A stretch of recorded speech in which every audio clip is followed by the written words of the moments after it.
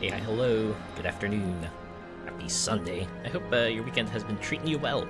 As for me, I've had a I've been living it up, although not in the way that most people would probably use the term living it up because, excuse me, with all the new game releases, I've just been sinking my time into them. A lot of it especially into Windblown because it's like really good and I enjoy it, and man, I am so looking forward to showing all of you that. Also, Rivals 2, and actually, good evening! Good evening to you, Molecular Shadow Fox. It's good to see you as always. How are you doing?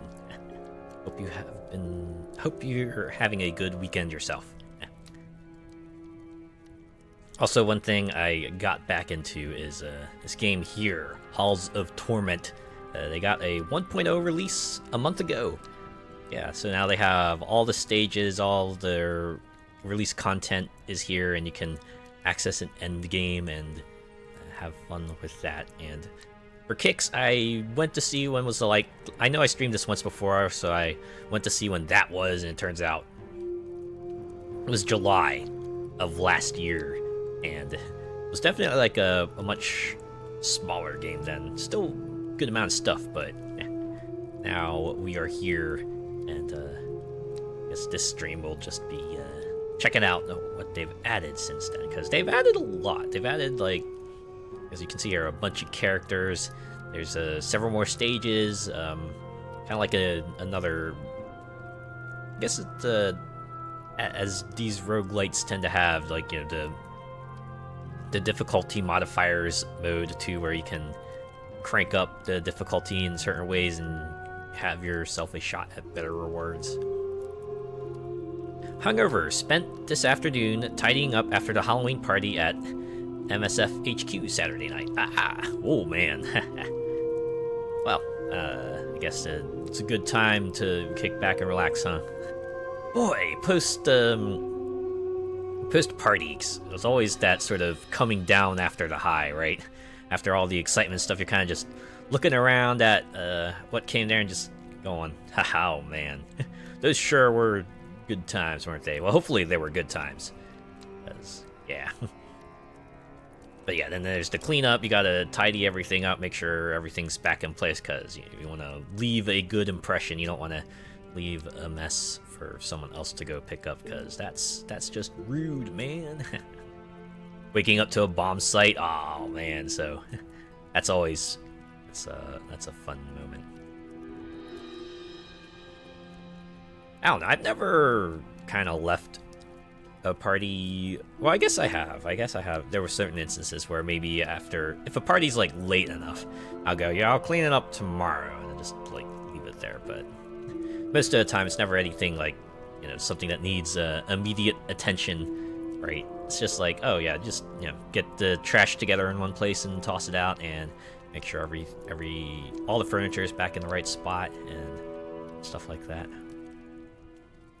Living room looked like a mass grave with sleeping bodies all over. Oh man. Just find whatever empty spot you can get and just sleep there. That reminds me of the good old days sleepovers I used to have. There's like a handful where there were maybe like 3 or 4 people, and yeah, it was pretty fun just finding a spot on the floor or like a couch or a chair somewhere just to park yourself and try to get at least 3 hours of sleep. Oh, I guess it's not just sleepovers, but also cons.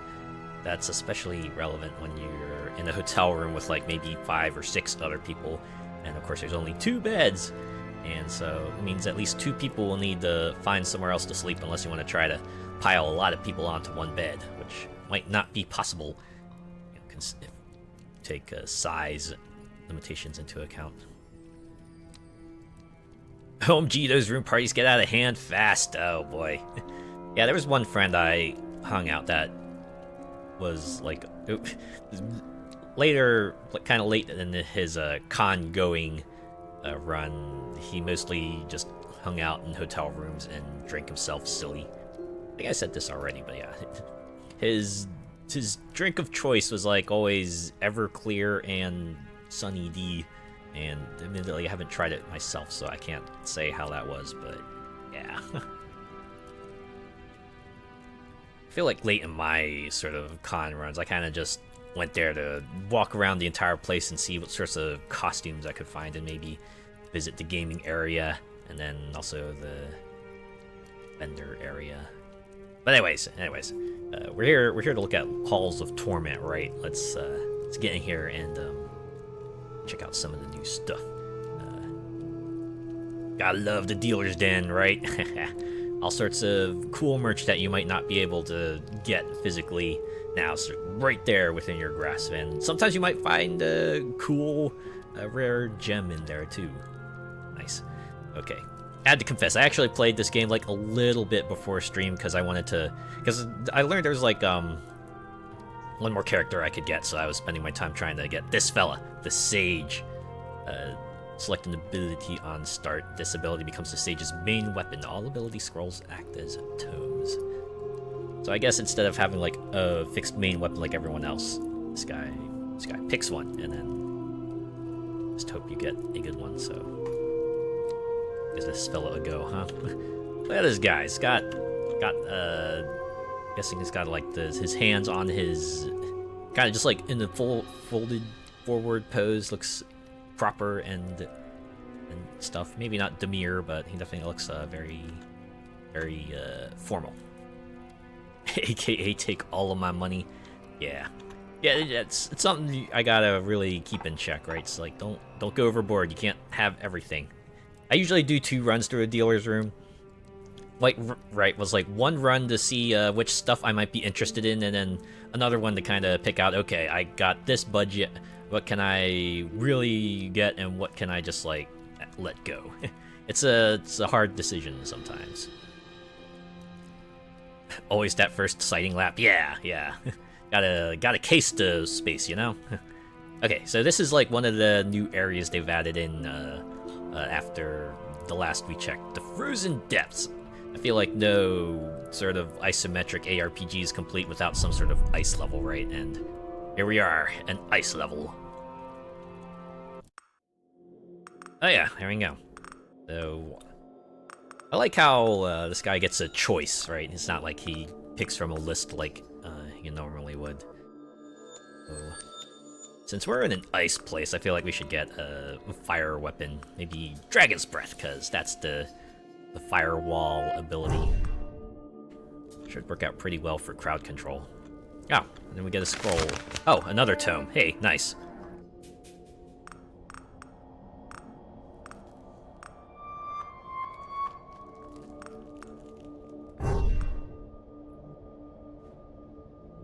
There we go. 2 fire abilities. We got Meteor, which is like mortar, and then Firewall. Work out. I so want that red orb on the left. Oh yeah, you talk about like the health globe. It's one of the things I like about this game. It wears sort of Diablo influence on the sleeve, and that starts with the giant red globe that represents your health. No mana meter, but this game doesn't really use one, so. Guess we'll get Swift Feet. That with the hand would make an awesome thing to have on display. Yeah, I could see this working out. For this sort of, yeah, if you want that sort of more goth-themed room, I guess. But yeah, if you haven't seen this before, Halls of Torment is a horde survival game that is very heavily... The aesthetic style is very heavily inspired by Diablo, as you can see here with the sort of the old computer game kind of like style graphics and things like that.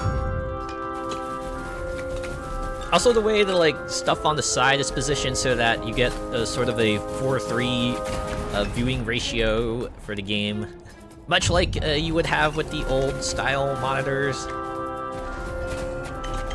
But yeah, I just love how everything kind of evokes that sort of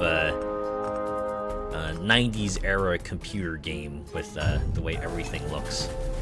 Right, the way the animation is, and like how sort of more low poly everything looks. And it's pretty cool. Getting some of that vampire game vibes too. Yeah, Vampire Survivors. That's only natural because of this game is very much one of those. With even get something cold, like this. Beating heart removed, all that remained was relentless hate.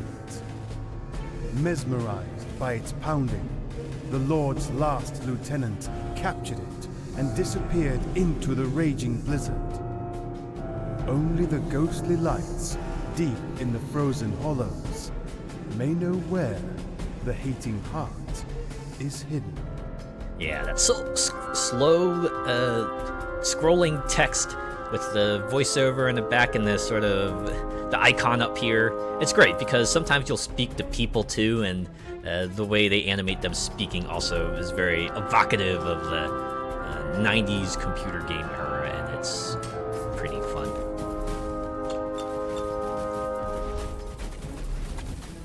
I guess this is something they added post-launch, but each stage kind of has like a gimmick attached to it that can give you a leg up if you manage to kind of figure out what you need to do. And in this one, it's like you got to follow the little light flies around until they lead you to the spot where you got to fight a special boss, and then you'll get yourself an item that can give you a leg up on the stage. You had that Vampire Survivor suggested on the main Steam page. I can imagine why. It's because the game announced that they're getting Castlevania crossover DLC. Yeah, it's supposed to drop on Halloween. Just like, everyone's just going, it's about time, right? Vampire Survivors being a, what the crap? These enemies are, like, really aggressive, holy cow. Either that or Sage is, like, weak as fuck. Yeah, this guy does not have the move speed to outrun these fellas, and I don't think he has the DPS to eliminate them. Just burned both of my revives. Oh, okay, yeah, he's dead. Wow, we're off to a great start. Might have to maybe give this character a run offline or something. Ooh, let us get our Simon Belmont on, yeah. But yeah, a game that clearly wears its Castlevania inspiration on its sleeve, and then they teased us a few months ago by adding the Contra DLC. We're like, haha, look at that. They got a crossover with Konami, a Konami property, but it's the other Konami property. And then they finally give it to us. There you go, here's the Castlevania DLC. And it looks to be very, encompassing as well. I think it has like every character ever playable in a Castlevania game they just have, and a whole bunch of weapons, and they promised that the map is going to be massive, so I am like absolutely looking forward to that. I'm actually gonna stream that next week. We're gonna try to play it as soon as possible because, man, this is gonna be a lot to get into there, right?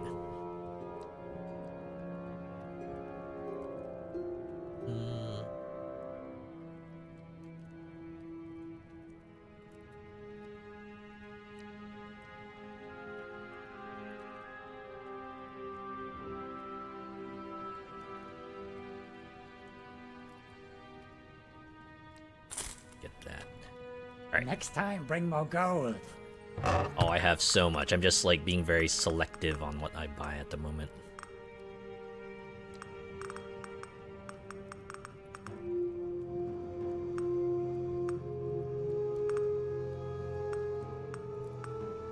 Okay. Hopefully this will work out. Props to the music guy too, right? I think the Ponko has been like putting out just like sample tracks on their channel, and oh yeah, it's some real good stuff there.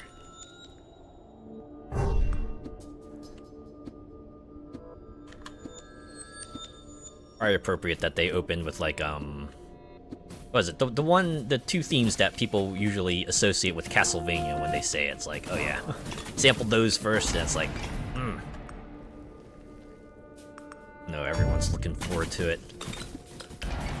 They said it'll be $4 too, so that's extremely affordable, right? It's like almost the price of the game itself, and you are getting a substantial amount of stuff from it.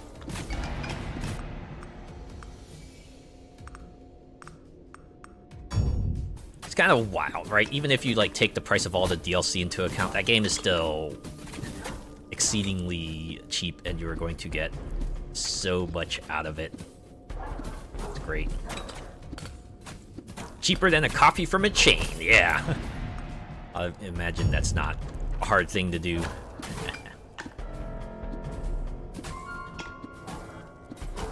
The one thing I do hope is that Ponko hasn't just like completely abandoned just doing like original DLC. It's like apart from the first three, or the first was 3, right? Well, the first few ones were like, you know, original sorts of settings and characters, everything. But I think everything since Emergency Meeting has been crossovers, and don't get me wrong, I enjoy the crossovers. They're fun, but I hope I do hope that they have some cool original settings in the works here.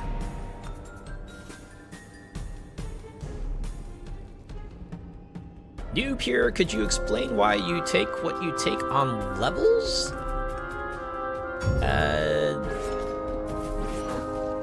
I'm gonna be real with you. I don't put too much thought into it. My priority usually goes, okay, can it increase the amount of damage I do, right? So something like, say, area or force would be, you know, if there isn't anything that's like a straight damage or crit, or like multi-attack or anything like that, I'll usually pick something that increases my area, or just like some sort of supplemental effect that will allow me to put out more damage. Now, if I feel like I'm like getting hit a lot, maybe then I'll refocus and maybe pick up like a couple of defensive things, like the extra defense, regeneration, or HP, or things like that.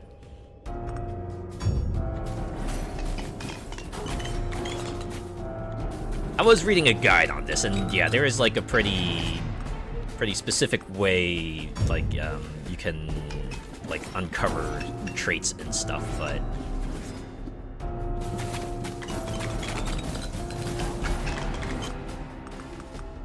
I'm not like too galaxy brained enough to actually take advantage of that, right? Like if I really wanted, I could try to manipulate the pick so that I could optimize my DPS and what have you, but yeah. Thanks. Last question. What are the arrow meaning proficient? I believe that is the case, yeah. No. Ad break. Okay. I'll re-answer the question when we get back from there. My apologies.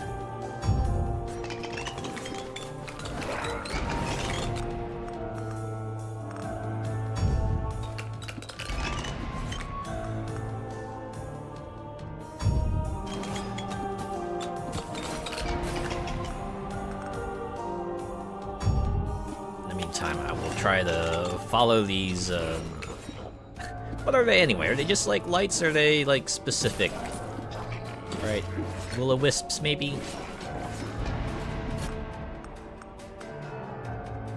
Well, not know. What's the proper way to pronounce it? Is it will-o-wisp or is it will-o'-the-wisp?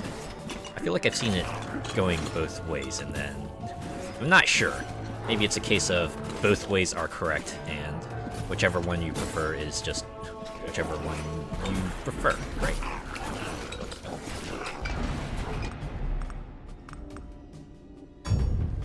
Like there, multi-strike is one that will increase my DPS even if indirectly, right? Okay, what should I get here?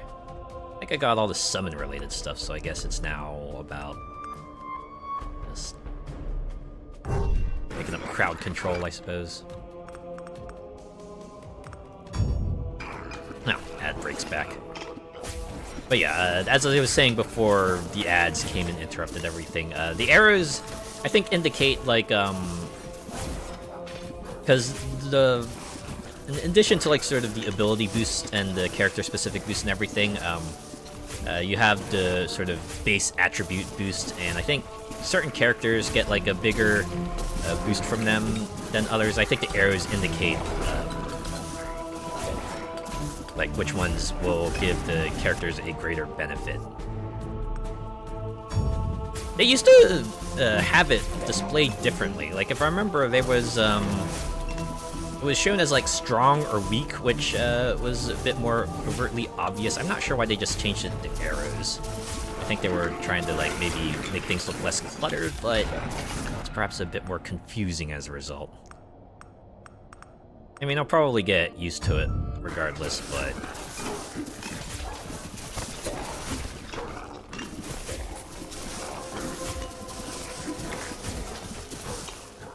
But yeah, see, I followed the lights, and now we're kind of facing off against this boss here that will drop a special item for us that will give us a leg up in the stage.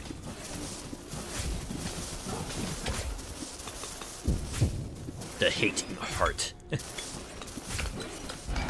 The heart that you should probably not stick in your floorboards because it's going to keep beating and you're just going to eventually go mad at hearing it. What class would I be if I were in one of these games? If I had to pick, it would probably be a mage. I feel like doing the magic stuff, right? Casting spells from afar. And if it's an option, I would probably go for like the magic archer option, because I like bows too, and just like shooting things from afar seems like a lot of fun, and you know, being able to shoot all sorts of special arrows sounds like a rad thing to do, right? It's like, oh yeah, I got an arrow for any situation. I could like shoot a fire arrow, or an explosive arrow, or an ice arrow, or a water arrow. Maybe an arrow with a giant boxing glove as the tip, if you're so inclined. Pick them off from a distance, yeah, right? Don't need to worry about defense if the enemies can't approach you to punch you in the face, right?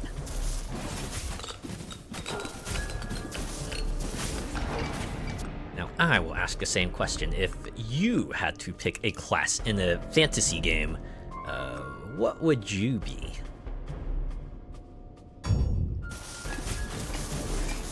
And the sky's the limit here, right? You don't even necessarily have to pick like a combat-oriented class. If you want to maybe pick a trade job or something, like, you know, you want to be like a blacksmith or a chef. That's totally cool too, right? You don't always have to live life on the edge. Some people prefer a more cozy experience, and that's totally okay. Speaking of cozy, one thing I guess wasn't paying attention to and just came out recently, Potionomics got a Masterworks edition.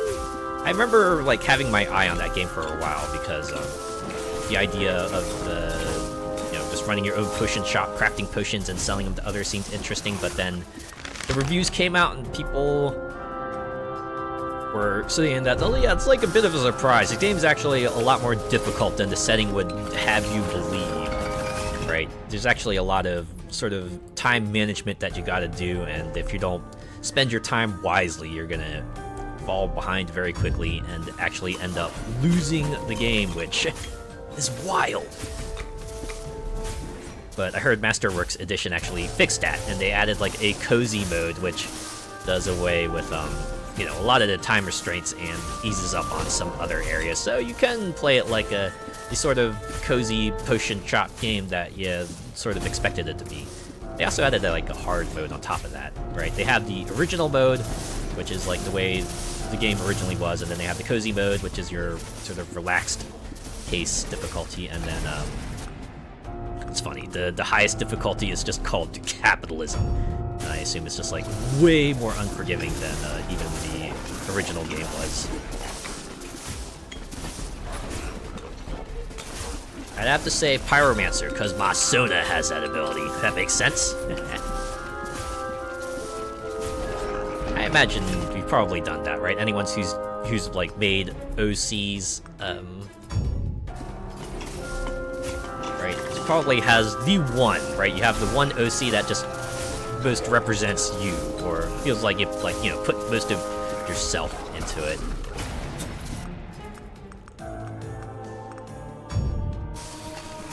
Right, it could be like, this is what I would see myself in an alternate universe, or this is like what I think my true self would be, something along those lines.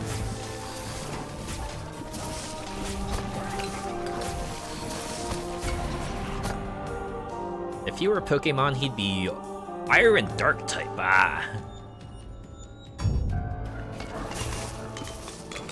Be like Houndour. Although I guess more fox-like, so... no, there is a Dark Fire Fox, right? I'm not imagining that. I know there are plenty of Fire-type Fox Pokemon. I don't know if any of them also have like a Dark as a second type.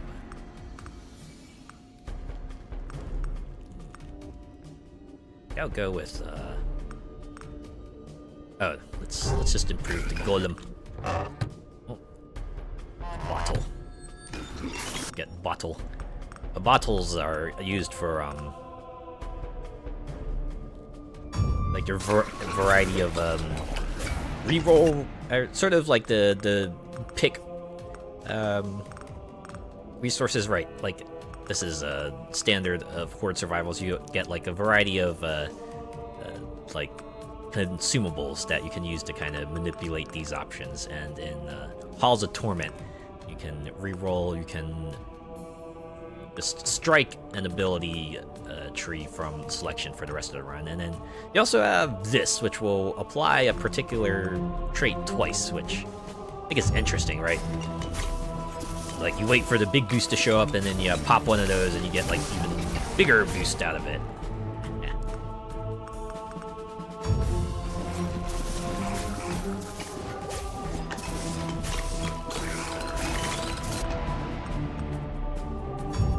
Yeah, I guess I bring up this sort of OC being an extension of yourself, because I definitely have an OC that I've kind of like had in my mind that I think would be like my anime self, right? To be like me if I were in an anime. And it's kind of like taken different forms over the years. First as just like a straightforward like author avatar, but now I guess I'm gonna repurpose it to just like being my VTuber Sona.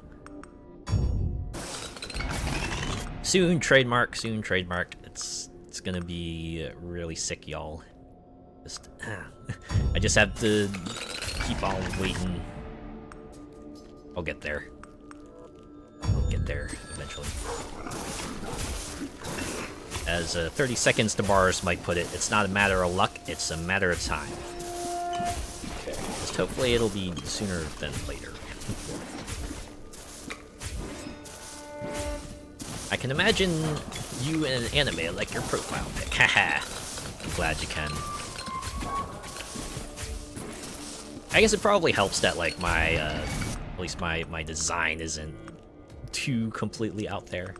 Like you see like a whole lot of VTuber designs out there, and they definitely seem, you know, extremely fantastical in design, right? Sort of thing. It's like, oh yeah, if someone wore that outfit like out in the street, they would definitely, you know, get some heads turning just to see. Oh yeah, wow, that's not someone I see dressed like that very often, right? Or as part of an ensemble anime, yeah, I could absolutely see that, right? Enough details to stand out, but nothing too wild, right? I have like supporting character energy. At least that's what I like to think.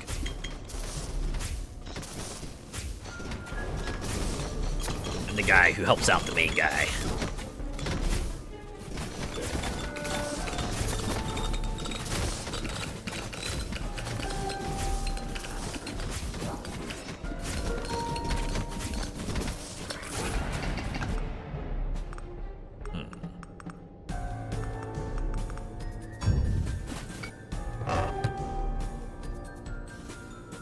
Ooh.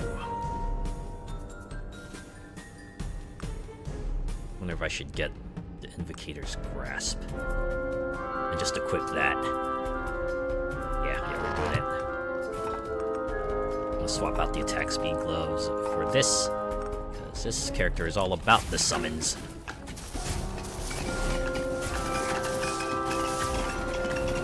Yeah, help save the day in a tough situation, right? I'm like the one who opens up the weak spot for the main characters to go use their show-ending attack, right? I do my thing, and then the title theme starts, and that's when you know, oh yeah, some ass-kicking is about to ensue here.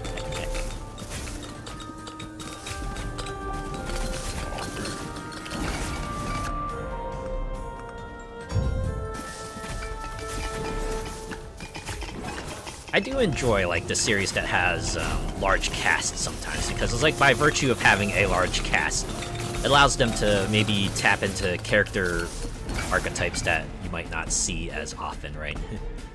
Like, don't get me wrong, I like a small cast of characters that everyone just has like a lot of a depth and nuance to them, but something to be said about having a large cast so that you have maybe more easily pick out the one character that you can like super relate to.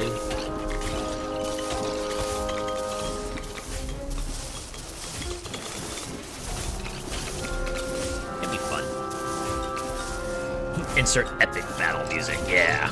Alright, it's like you hear the guitar start up, or like the orchestra, or like the chorus, things like that, you know, that's when it's all got real. The realest it's been. Yeah, good variety that has good representation. Yeah, you don't just want to like stick with archetypes, but yeah, the other advantage of having the cast that goes wide is that you can more easily represent a lot of folks.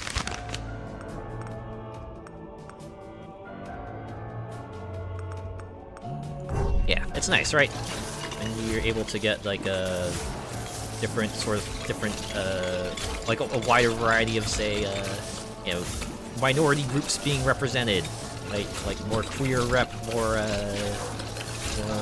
other sorts of minority rep like that. It's cool. It's great.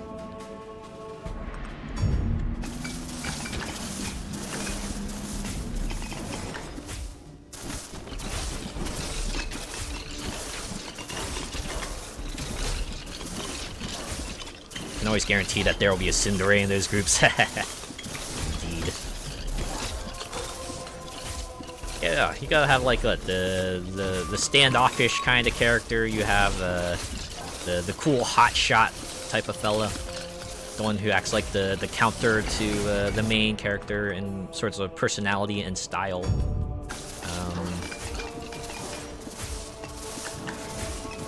Maybe the old grizzled veteran, the one who's like seen it all, and the wide-eyed newcomer who's just like hopelessly optimistic sometimes.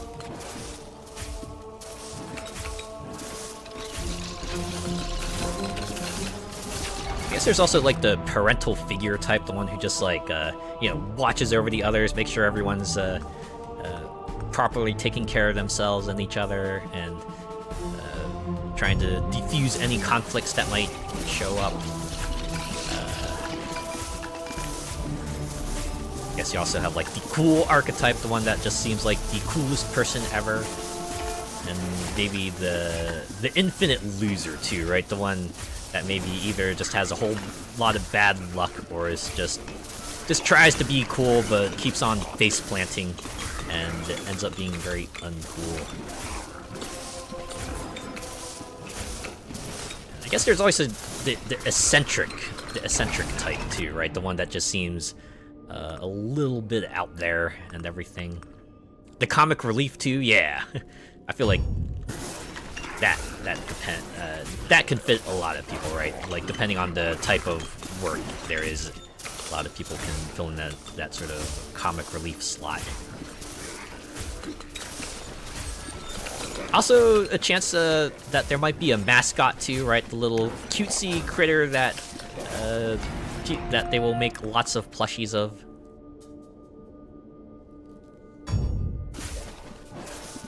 And possibly related or not, the animal companion, either like a self-reliant animal companion or just like a partner to one of the other characters. It will also make plushies of that character.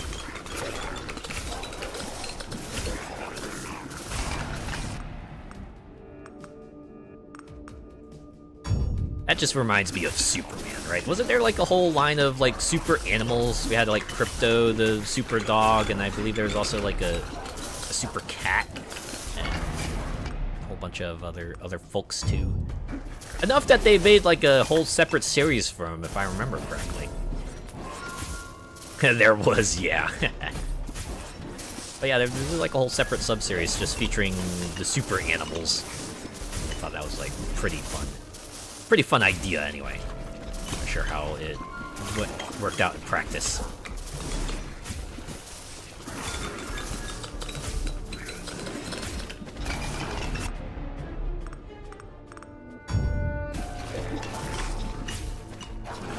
Having these games in the rotation is nice sometimes because they're very much more of those, yeah, the types of games that you don't have to focus on too much, so I can concentrate on other things, like chat with y'all, maybe talking about some cool stuff that happened over the week.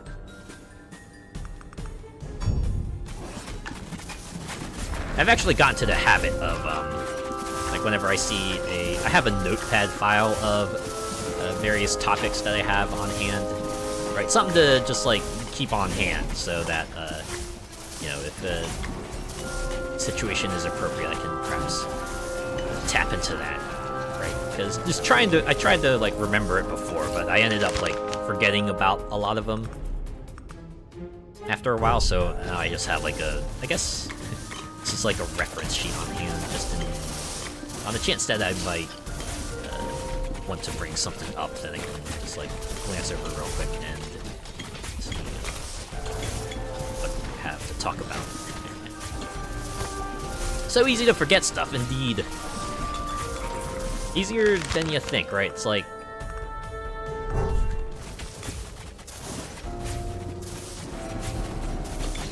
I imagine the thing someone said that the average human mind can usually remember like 7 things probably holds true to an extent.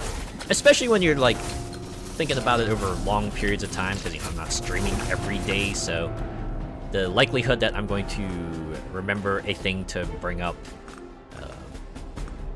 probably not that likely, so that's why I keep the notepad file.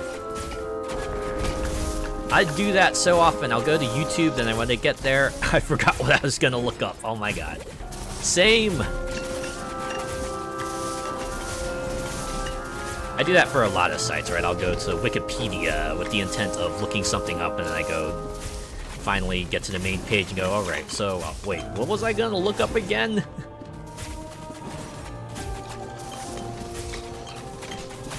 Or, you know, I'm like, oh, I want to play a game. Open up Steam. Okay, what was the game I wanted to play again? Oh, well, I guess I'll play something else.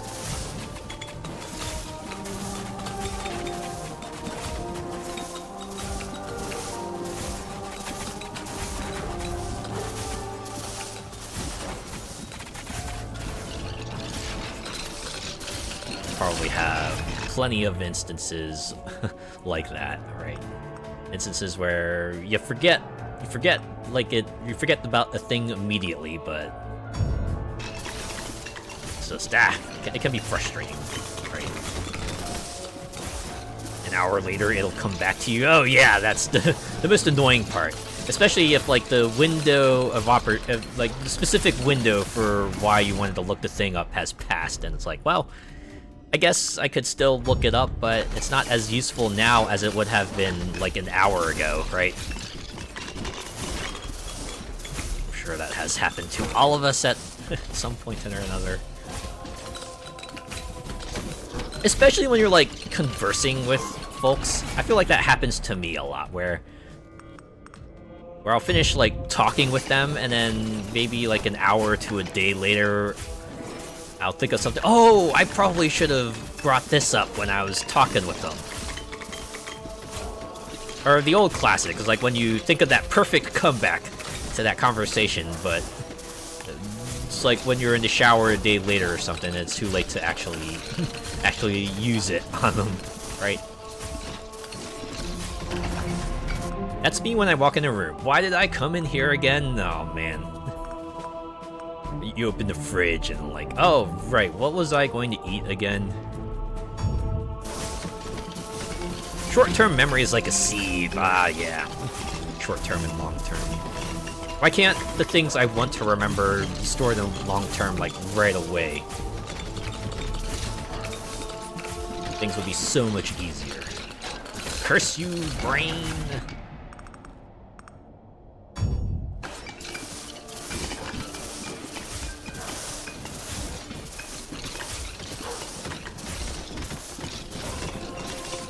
Open the fridge, but really wanted the cupboard for some ramen or something. Yeah, something like that. Like, oh yeah, when you got your edible food in, like, 2 places.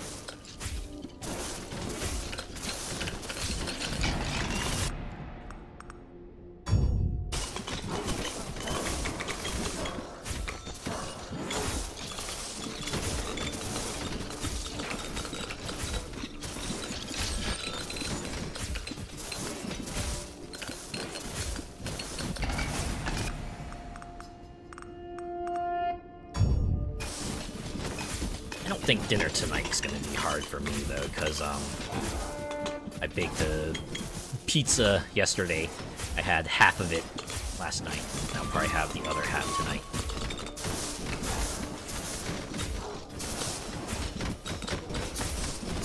Actually pretty funny, right? Like, when it comes to food, if it's stuff I prepared myself, I don't mind just, like, having it again and again for the next few nights. I guess it's because I don't want to leave it there, because I don't want it to, like, spoil or anything and go to waste, right? But if it's like pre-packaged food or food that I just, like, pick up from a store, I'll usually try to mix it up like that. I guess mostly because I know that will keep for longer, so I can afford to maybe, you know, leave it for a few days. And like with food I cook myself, where it's like, all right, at most I have a week to eat the food, so just eat it as fast as possible and enjoy it, right? Because it's stuff I made myself, so it's even better, you know? You know?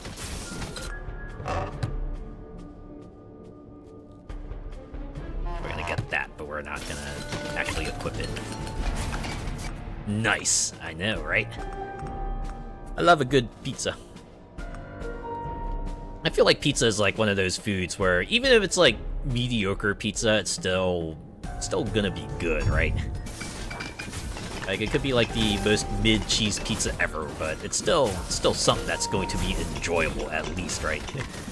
It's like, it's really, really hard to screw up a pizza to the point where it becomes inedible.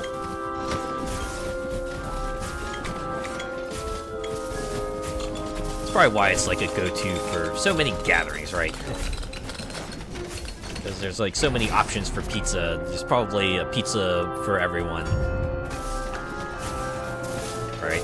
If you're the type of person who likes a whole lot of meat, then there's a lot of that. But if you prefer something with like less meat and more vegetables, they got that too. And you don't even have to stick with like the tomato sauce-based ones, right? You could pick something with like Alfredo sauce or barbecue sauce. And things like that. It's like, yeah, it's just so many options for pizza. And you're bound to find a pizza that you're probably going to enjoy. Yeah, the whole meat lovers and stuff, yep. Tons of varieties for meat lovers too, right? Like the good old sausage and pepperoni, which I guess is not technically meat lovers, but it's my preferred pizza. But yeah, you can throw like whatever other meats you want on top of it, right? Like if you want more steak or ham or bacon or like you know, anything else really, right? The sky's really the limit when it comes to meat lovers. Could even have like all of the meat, even if you want. All right. Coincidentally, I think the bacon, the pizza I have is a pepperoni sausage bacon pizza. So it is meat lovers in a way.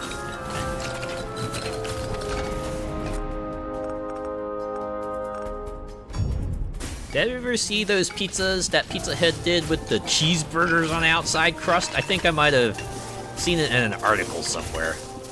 Never saw it in, like, person or available to pick up or anything, but that sounds like one of those things that would just be fun to do once, right? Just to say, I had a cheeseburger, a pizza with cheeseburgers as the crust.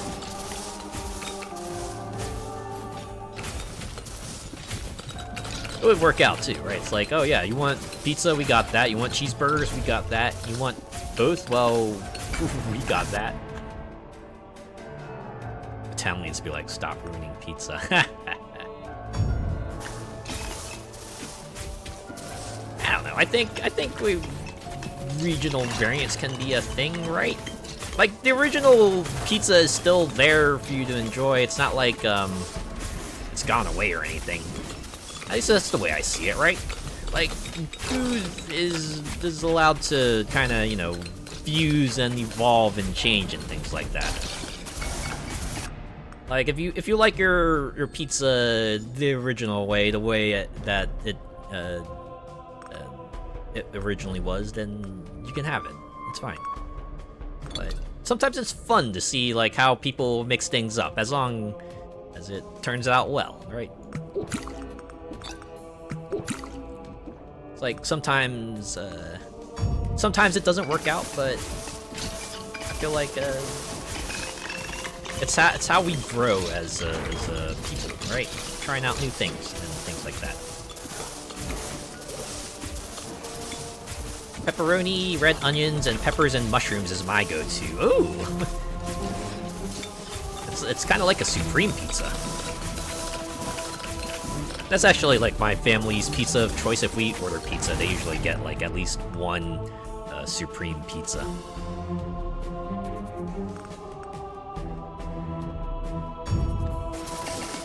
I do enjoy a good supreme pizza, but my preference usually goes pepperoni and sausage, and then ham and pineapple, or bacon and pineapple, right? Some sort of pork and pineapple topping. It's usually a good combo there.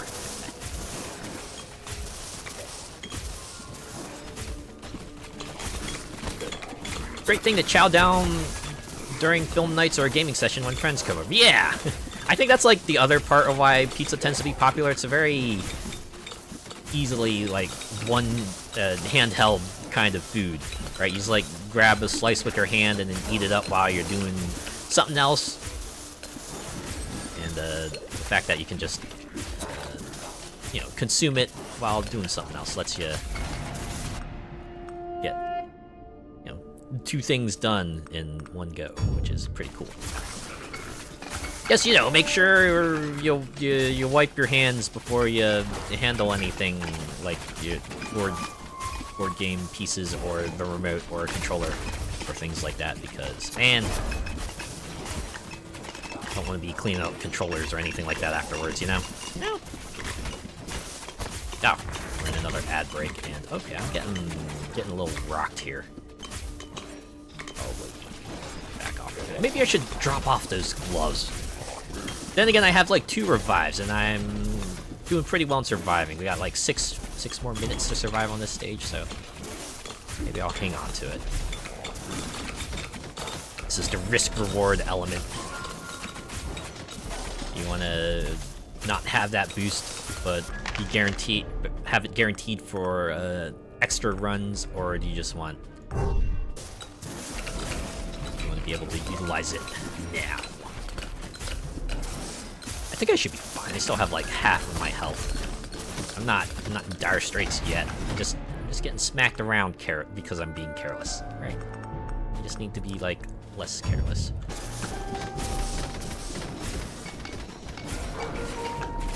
A lot of the time, we'll all get together and phone the Chinese up and get a big order and have a nice feast. Ah, the big order. I think amongst my group, we usually would order like Taco Bell. And yeah, I know Taco Bell. But it's like in the same vein of pizza, where the food is like something you can easily eat with one hand, even if it has the potential to be messier. But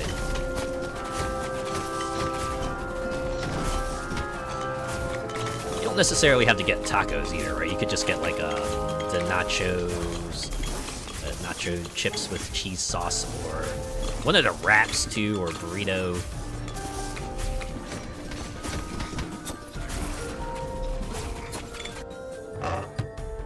Get here, It's all stuff I have before. Oh, I guess I could get Scars of Toil, because I am missing a good amount of health.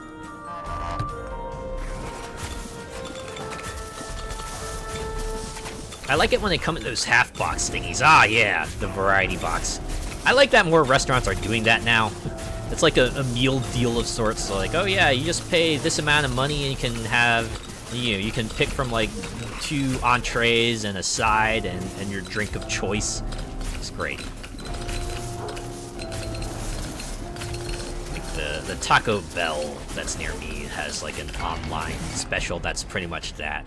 And I like to just set it and then get it delivered to me and have that every now and then. It's fun.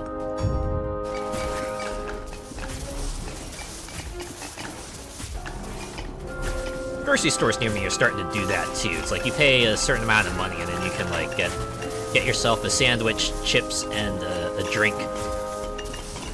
I usually like to do that when I go to a grocery store. It's like, okay, after I'm done grocery shopping, I can just plop down and eat my meal, like right there and then. No need to prepare anything.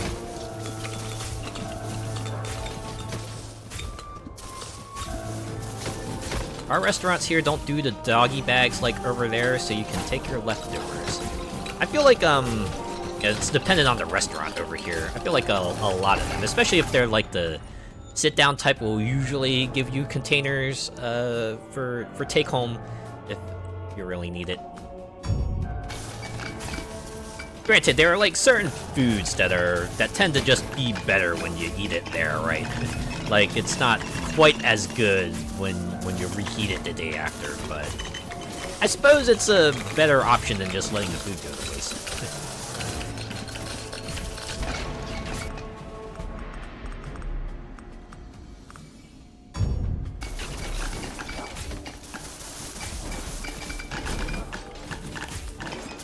Yeah, I really like the restaurants where they'll give you the takeout in like plastic containers, right? Because those you can reuse. Like there's one particular restaurant near me. It's like the Asian restaurant.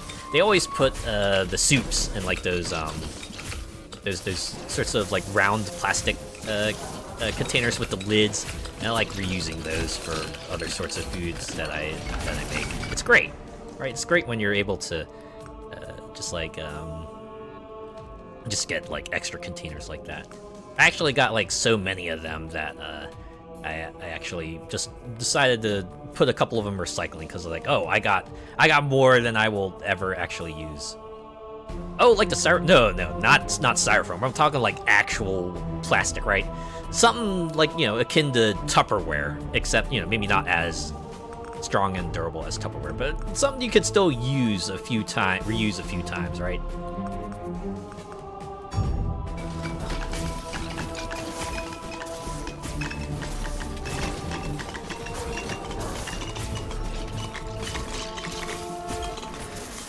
Like, I think one particular place had like the sort of like the short, long, flat plastic bins that I really appreciate because if I ever cook bacon, that's just like what I store it in. It's the perfect size to just like store all of my bacon. It's great.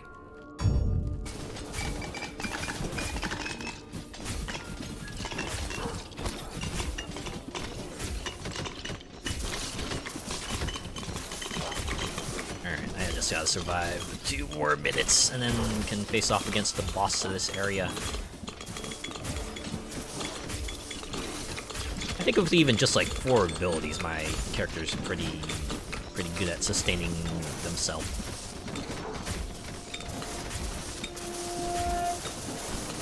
This is like the other thing I like about Halls of Torment, right? In addition to sort of the area-specific thing to kind of give you an edge, and they also might have other elements, like this one has the ice pillars that you can break in order to rain icicles on your enemies and maybe give them a little extra damage. It's nice. Gives each area a bit more unique feel to it than just like, you know, okay, different walkable and non-walkable areas, and maybe the tile set is also a little bit different. Yeah, I said tile set, even though I don't think this game uses tile sets technically.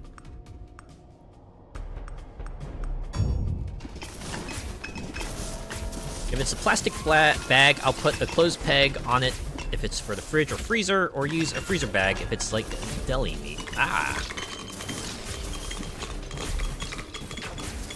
Yeah, plastic excuse me. Yeah, plastic bags are also mighty useful for storing stuff. Right, because like air exposure kind of like hastens the spoilage of food, so if you could keep things airtight, you can preserve them for a bit longer. Obviously not forever, so you still gotta eat them, but you at least get a little bit more time to consume it. Yeah, ham goes all crusty and curls up in the fridge if you leave it open. You know, stuff will dry out, maybe become less.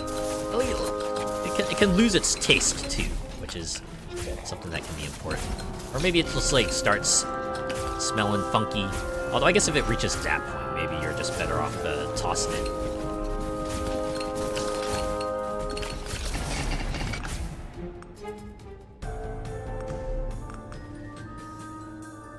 So I'm gonna reverberate that one because that was a big boost. We'll just like make it big and even boostier, you know?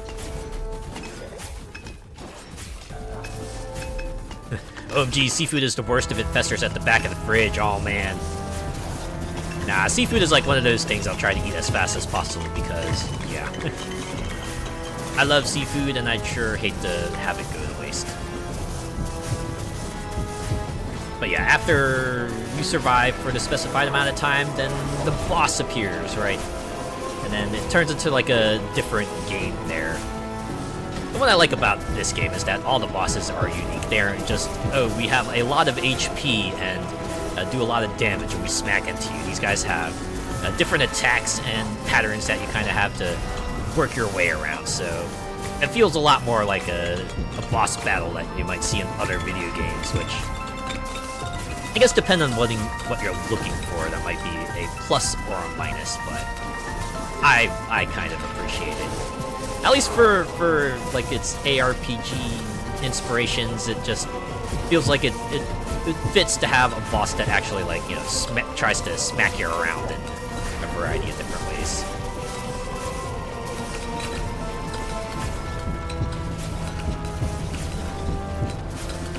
Oh, I was trying to look for my mouse pointer to see where it was, but it turns out I actually brought it outside of the game window. It was on my other monitor, which is why I wasn't seeing it on here.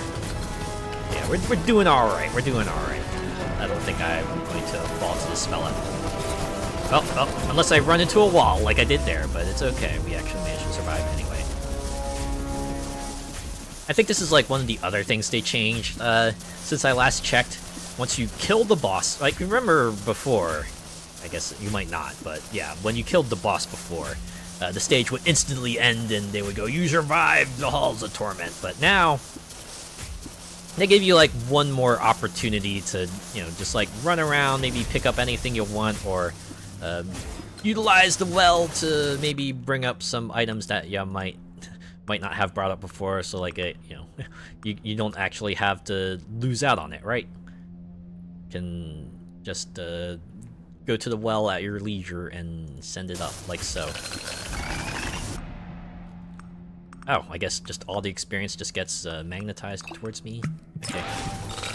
Just get all the level ups.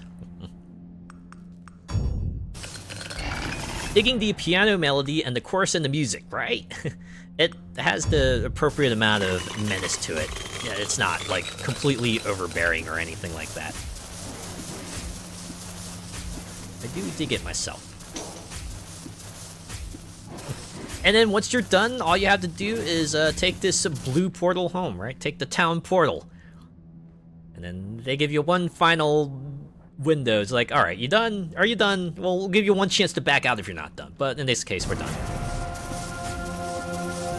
Oh yeah, I guess now they tell you which area you're in. So they don't just say, you survived the Halls of Torment. Now they say, you survived the Frozen Depths. Or, you survived whatever other area you might decide to go in, right?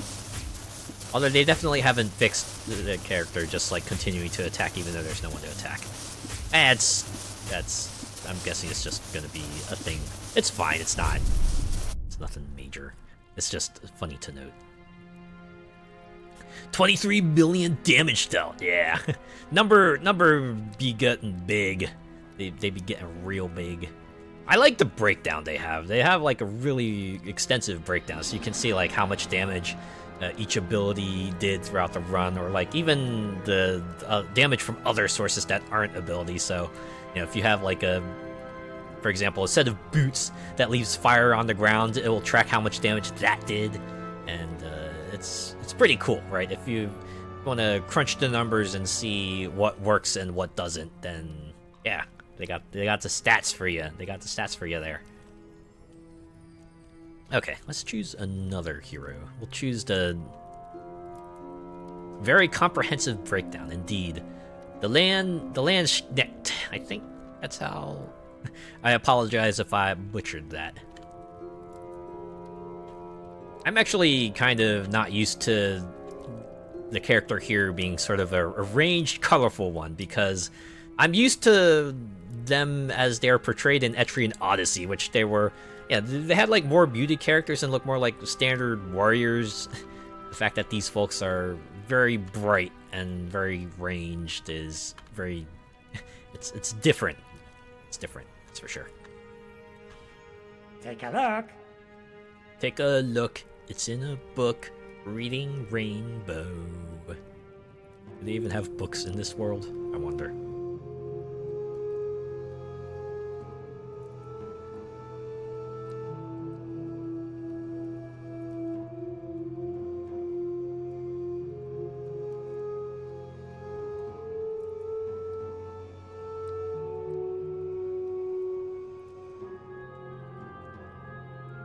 Trying to see if there's like anything here I can perhaps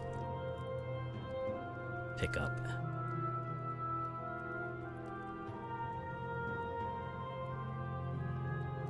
See, a lot of the items, most of the, well, maybe not most, but some of the items here are like stuff I probably don't want to get because they provide benefits when I'm standing still. And it's like, man, why would I want to stand still in a game like this and get overrun by all the hordes of monsters? No, thank you. I guess we could get a blood-soaked shirt. Why would that be so much money? You should mark that as like a hazard and then bag it up and let someone, you know, earn it.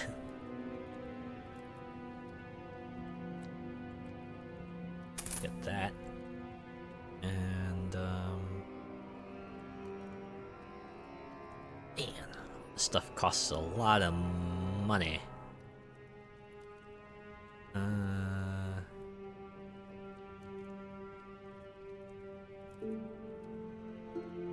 Oh, guess we'll get that. No gold, no deal. Okay. Not played as this character, so I guess we'll need to just give him a quick loadout.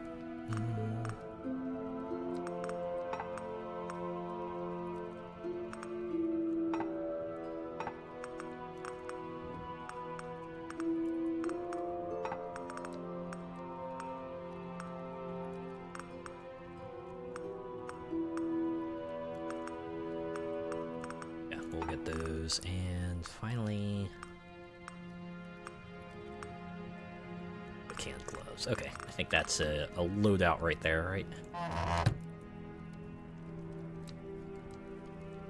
We'll go to the other new zone that they introduced.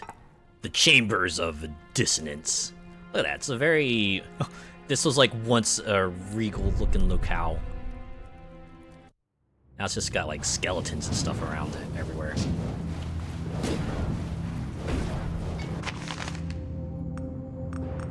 Alright.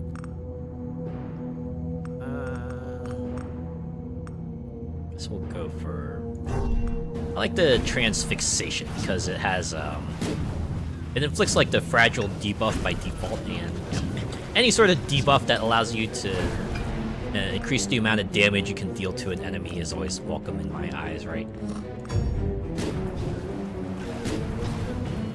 Anything to make that number go up, right?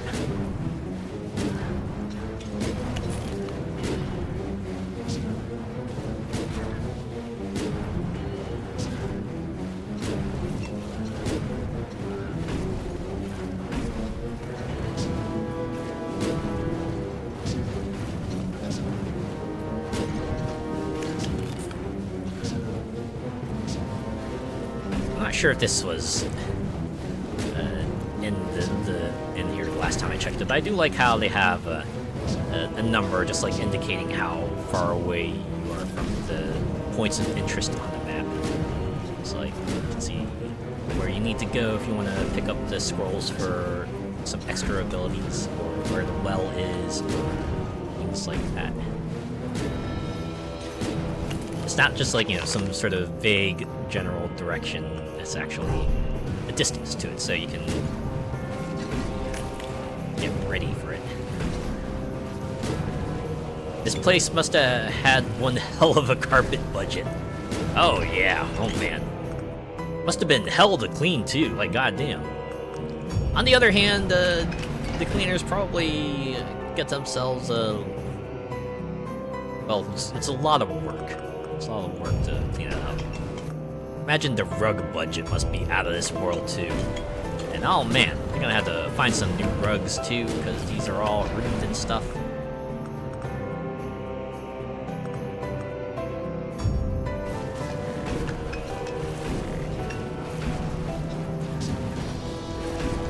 Those huge high ceilings might need a crane to get up there. And someone to light all the torches and candles at too. This place is very high maintenance. Like I'm guessing whoever used to reside in this zone.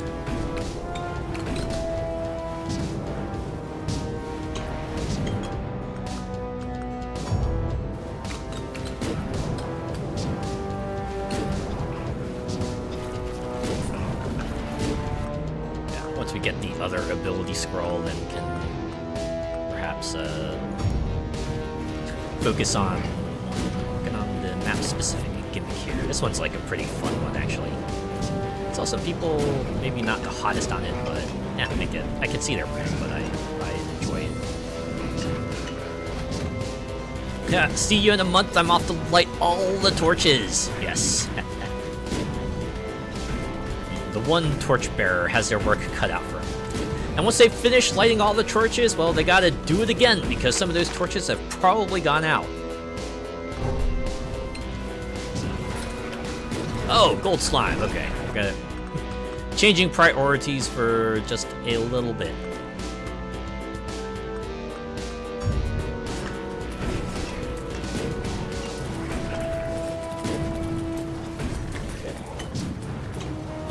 Ah, man, couldn't get it in time. Yeah, it's like one of the things they had in even back then. It's like the gold slime that occasionally pops out and drops some gold, and if you kill it quickly enough, you'll get yourself a nice lump sum of cash, but if you don't, it turns into a regular slime. A clapper would be handy here. You'd have to put in like sound sensors everywhere though, and then you have to maintain those, so I guess it would be easier to do than, you know, lighting literally every torch and candle in this area.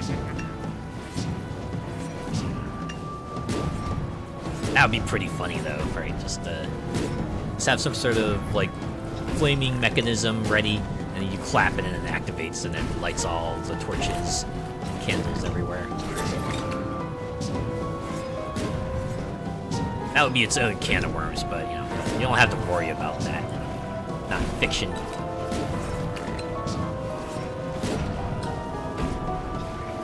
It's also the matter of all this weird black goop. Imagine having to hunt that down and clean out every last corner of it. Need to get the washers from like Power Wash Simulator. They got the Sixth Sense to locate all the messes and then power wash them clean. I'd get so lost if I was walking around. Yeah, same. Giant facility like this, I'd definitely lose my bearing.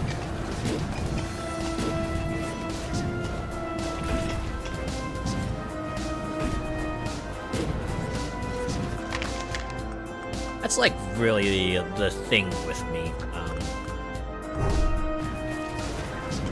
Like even if I am at even if I go to a place for like a very long time, there still might be areas that I might not just be familiar with, because you know, most of the time when I go to a place, I only need to be in like one particular area, so I'm just not like familiar with the rest of it. So even if you think I would be able to know my way around a place like the back of my hand, definitely instances where I might not, only because I've never had a reason to be around an entire facility, you know?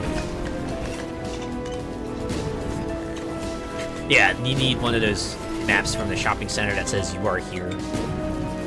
I always find stories about that amusing when someone just like complains about a map and like, wait, why doesn't they like bring out a paper map or something? Why does this not have the you are here marker like the big maps do? It's like, oh, wait, do you not know how maps work? I don't know, there's like a number of stories I've read on the internet where someone goes, oh yeah, I want you to print that GIF image, right? But I want it to still be animated even on the paper, and no matter how much the other person tries to explain to them, they cannot just like get it to their heads that GIF images don't animate when you print them. It's like a disconnect that some people just can't quite seem to get over, and it's like, oh man. Oh lord, facepaw, right? That's all you really can do, just facepalm. Eventually just like, you know, I tried to help you. But I just can't, for the sake of my sanity, I can't.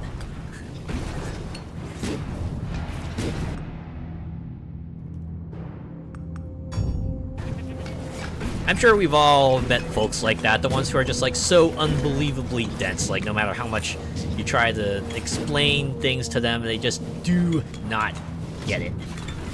Just like, you know, alright, sure, whatever you believe, whatever you want to believe, I'm done trying to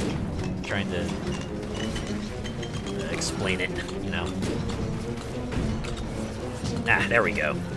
Now we can start working on the map-specific gimmick here.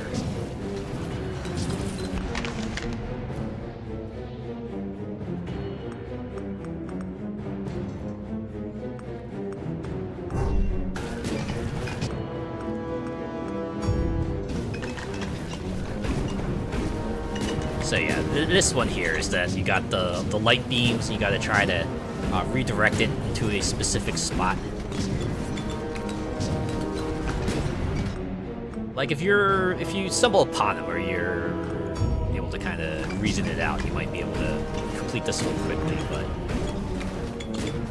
sometimes it's just a matter of luck. It's like, alright, just follow the beam and see if it reaches another crystal, and then work your way from there. Thankfully, the beams don't have like infinite range. They do end after a certain point, so it's not like you're just going to be left wondering forever if this beam will eventually run into a crystal. Eventually the game will tell you, no, this is not the correct path. Please go back and choose another one. You look at them and it's like lights are on and nobody's home. You can see the cogs turning, but it's not computing, right? At the very least, I can try to be more patient with those that are at least trying to understand, right? Maybe they're still getting things wrong, but you can see they're trying to kind of, you know, put 2 and 2 together, right? It's the ones who are just, like, openly defiant, or who just say the wrongest things, where it's like, okay, okay. Maybe I'll just cut my losses. But yeah, as you saw up there, the beam does end after a certain point, and it didn't run into, like, any sort of other crystals, so that's usually the signal to just work your way back. And you know, with the way the beams are, there's like 1 of 3 choices you can pick, so you'll eventually be able to figure out the correct path. It's not a matter of if, it's a matter of when. Or maybe it's like if you're patient enough to figure it out, but the reward for kind of figuring this one out is pretty substantial, so yeah, I'm gonna keep on working at it, of course.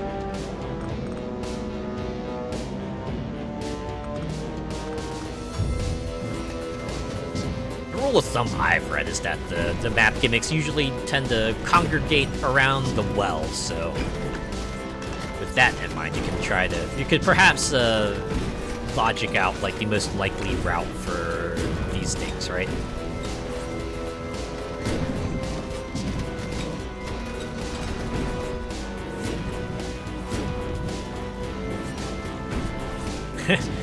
Had one woman say to me, "Excuse me, love, am I going the right way?" Look at her like, "Am I a mind reader?" Yeah, something like that. Something like that, I imagine. Oh, okay. I think I might be in the wrong direction, so we're just gonna go back. Weird that the beam would go through the wall. I feel like that should have been the terminating spot right there.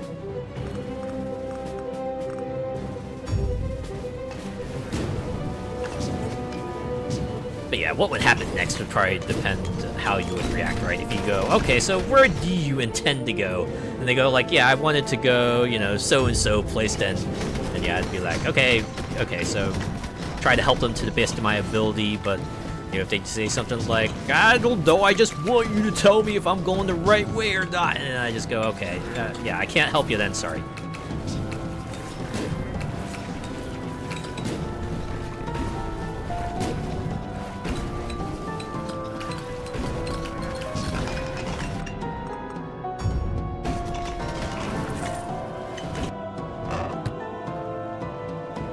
Definitely want to bring that up.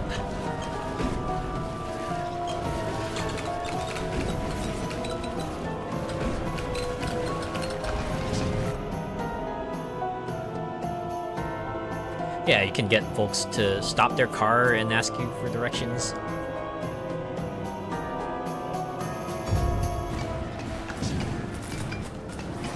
Oh, it's another gold slime. Huh. I thought this was like a once per map kind of deal, but I guess it can happen. And once again, my DPS is not high enough to take them out. Dang it. Oh, another ad break. I think this one is up. I remember there was that crystal up there that was eventually. Not to mention the well is that way too, so these puzzles aren't overly complicated, right?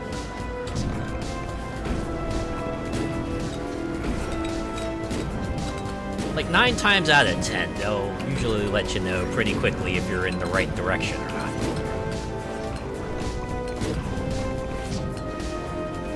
Oh, there we go. Confirmation right there. So yeah, this is like your reward for kind of figuring out that. Get yourself just like a giant magical structure that just zaps enemies with lightning, and yeah, it's great.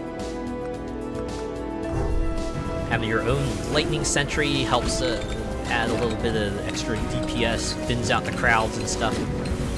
Pretty wide area too, right? It's not like you have to be in a small radius to take advantage of it.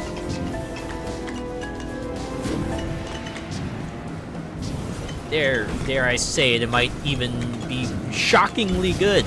It's positively electrifying. This lightning sure strikes the same spots as it should, because, you know, it's range. It's got range. It's got a lot of range, but, you know, it's not infinite range.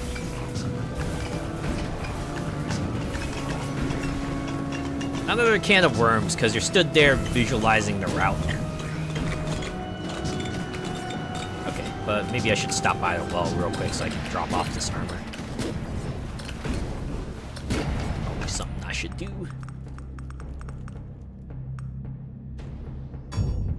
Because I'm not going to use it. Yep. Send it up.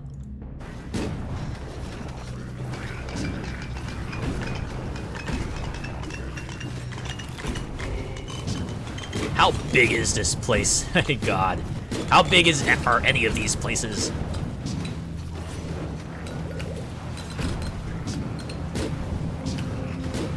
It does make you wonder, right? I feel like that's like a thing with a lot of these games. You go through like a lot of ruins, right? Just like after the fact and just wondering, oh man, what was this place like in its heyday? Like, just what was it like when it was just popping off? That must be absolutely wild to imagine.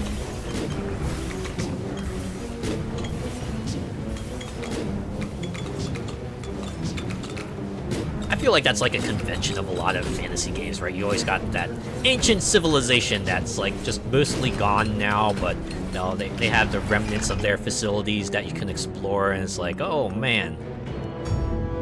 Just getting in there and figuring out what happened, or just like looting the items you need for your quest or something like that. Urban explorer's dream, I bet. Oh man. Now I think about it, ruins exploring is like the fantasy version of that, huh? Someone who might be up for like some urban exploration is probably also like super into like dungeon diving.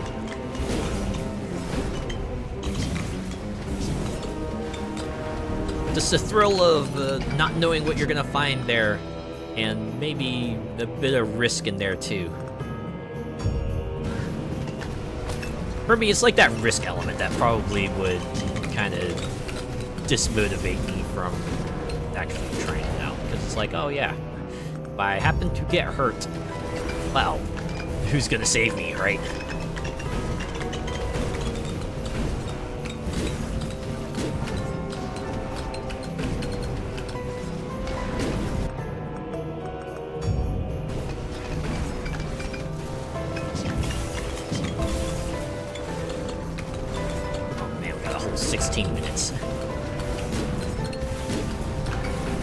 This a lot quicker than I thought it would.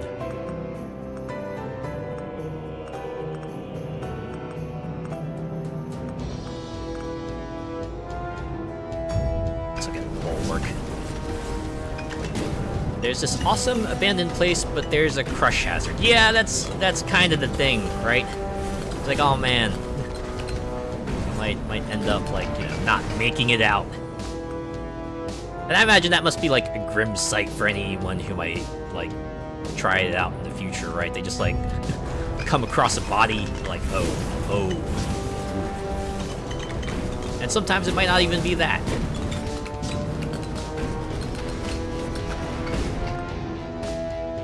Right, the last thing people know is like, yeah, you just kind of disappeared, right? You just went missing. And then in the end, it's like really only the person who disappeared who kind of ultimately knows of their fate.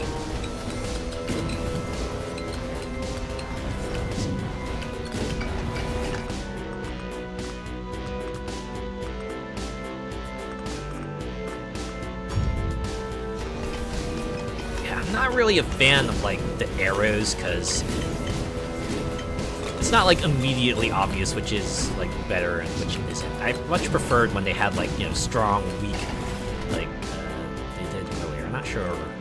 I wonder if it's like space reasons, right? They switched to arrows so that they'd have like more character space to kind of put in whatever else they need, but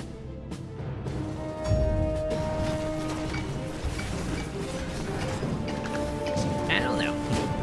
I guess making the font size smaller isn't really an option for some reason or another. Like, who knows? Maybe that breaks the game somehow. I can't really say one way or another.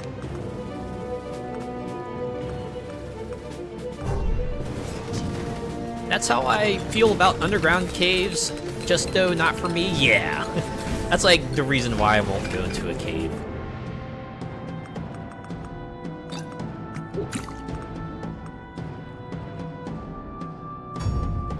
That, and I've like heard too many people talking about how other people get stuck in caves. It's like, oh yeah, nope, nope, just nope.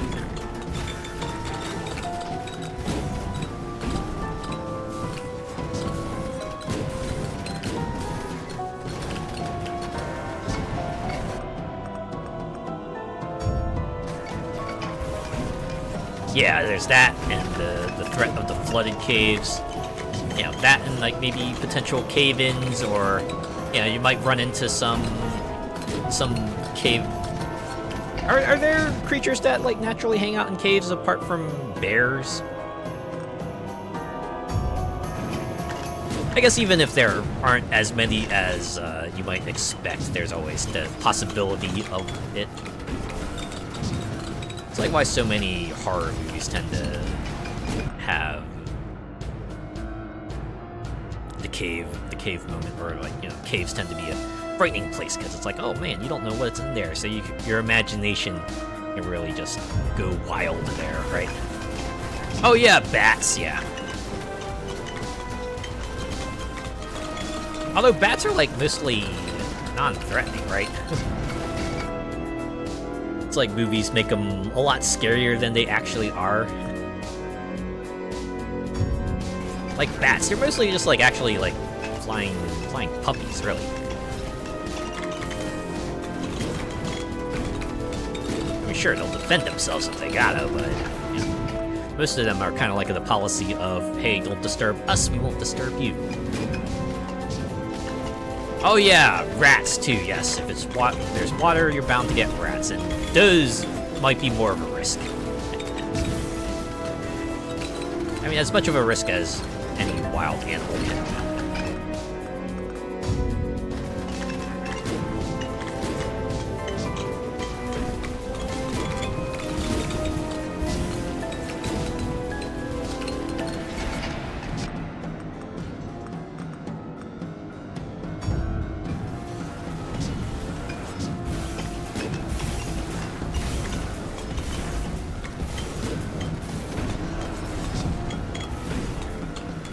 But if I ever do like any sort of dungeon delving or cave spelunking, it's gonna be in a video game. We'll just leave it there, right? Just leave the risk to the game characters, and I will stay safe in my own place, right? Safe in my own space.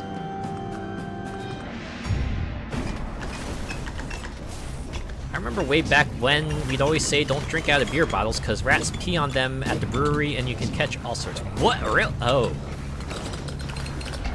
Oof, that's rough. Oh. But good thing to keep in mind, though.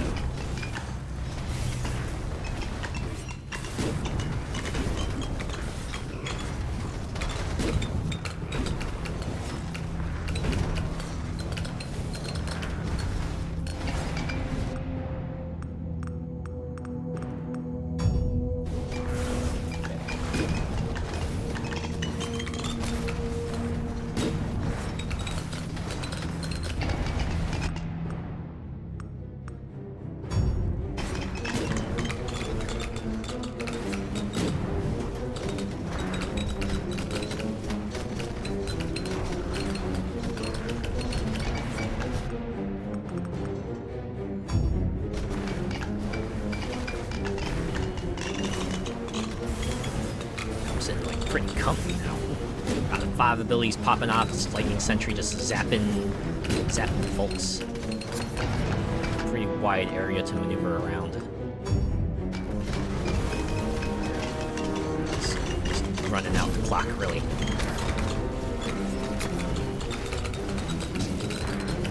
Red cubes, though, are like super annoying because they're like the types of enemies that when they die, they send out the AoE attack. So that like briefly limits your ability to maneuver around. It's like, oh man.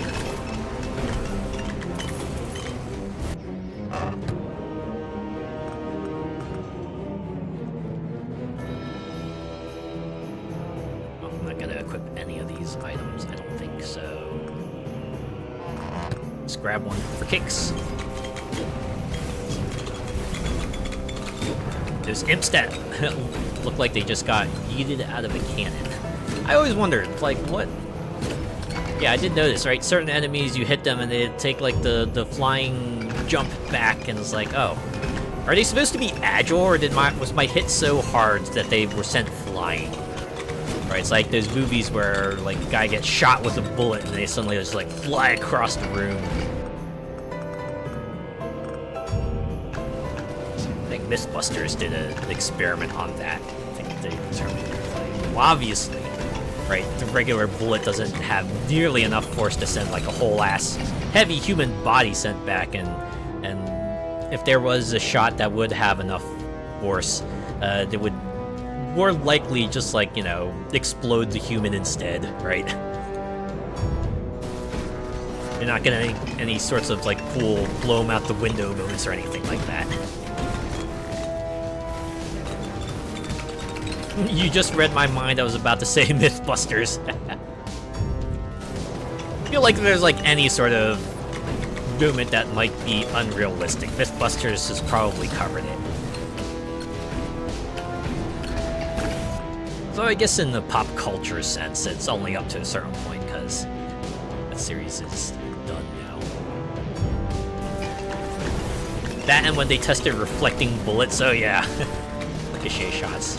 Oh yeah, and then they also tested out if you could actually shoot out a lock in real life. And I remember, like, all the safety measures they put in there is, like, bulletproof glass, like, every which angle. So, because, you know, that bullet is going to bounce off and potentially hit someone, so they gotta make, like, absolutely sure that it's not gonna do that. Or at the very least, it's not gonna hit a person.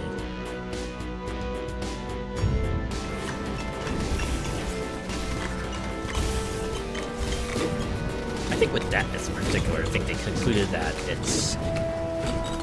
you're definitely not going to be able to shoot out a regular lock with, like, a handgun or something, but with, like, a sufficiently strong enough gun and this weak enough lock, you could plausibly do it, but it's, like, not something you could just, like, do casually, right? You can't just, like, walk up to a door, shoot the doorknob, and then just kick open the door or something like that.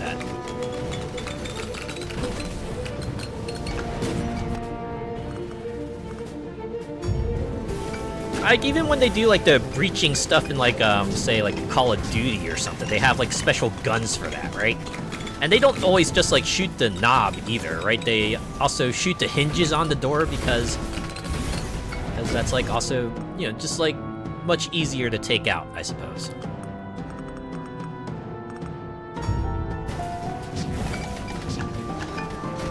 Best explosion goes to that cement truck. It just disappeared entirely. I remember that episode. I remember.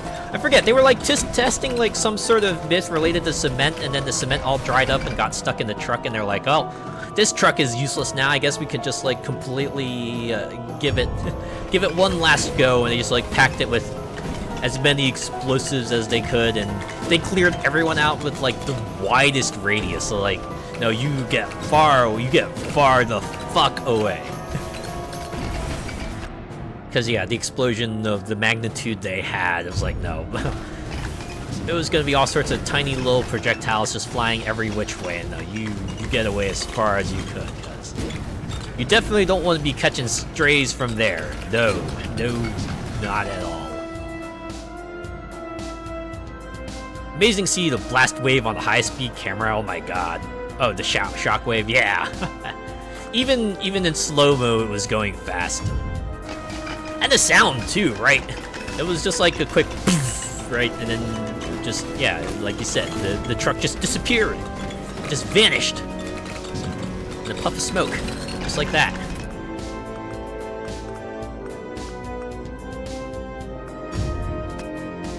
Well, I don't want to read you. And I guess we could get the clay golem for the final 9 minutes. Just get an extra attacker in there. Wipe out some stuff that I might not be able to focus on otherwise.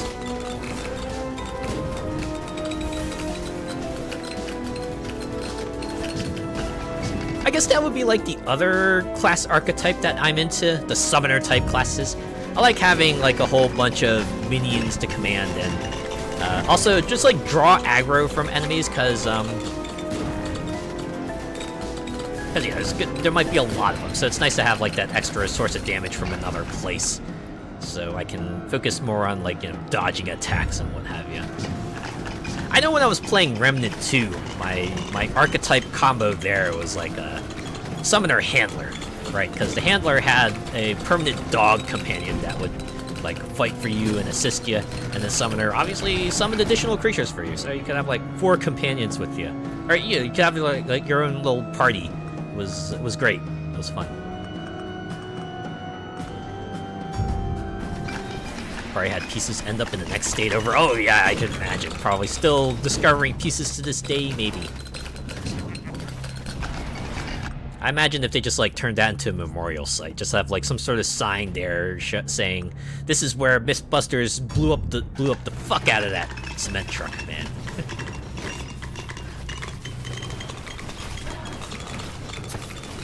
AKA every boss in the beat 'em up ever, always with the minions. Oh yeah, right. Especially when you're like in a cooperative mode or something. I guess it makes sense, because, you know, you got like several players clowning on them, so you need like several targets for the players to concentrate on.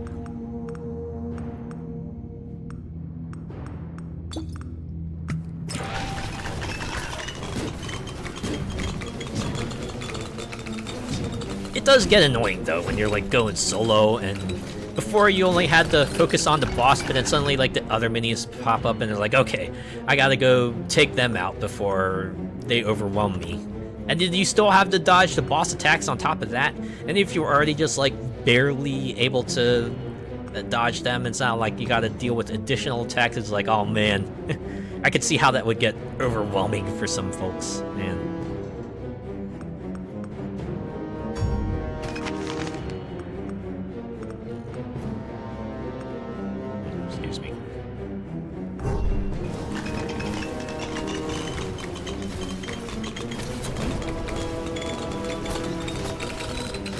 Since this is the first time I played as the Landsknecht, getting all these achievements for it's great.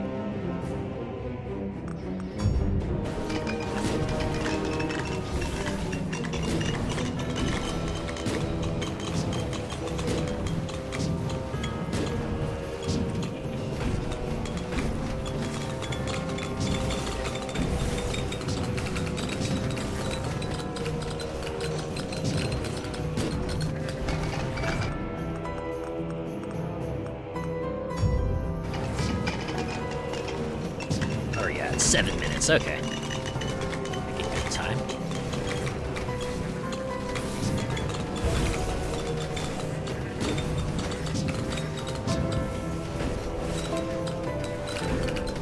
That's the thing about this game, is it does have the 30-minute time limit. I feel like most horde survival usually goes for like 20. Because when you add up when you add in the time for like just poring over the decisions and everything, that could easily go up to 30 minutes there. It's like, oh man, the 30-minute time. You're looking at maybe almost spending 40 minutes, maybe? Maybe if you're like bad at making decisions like I am.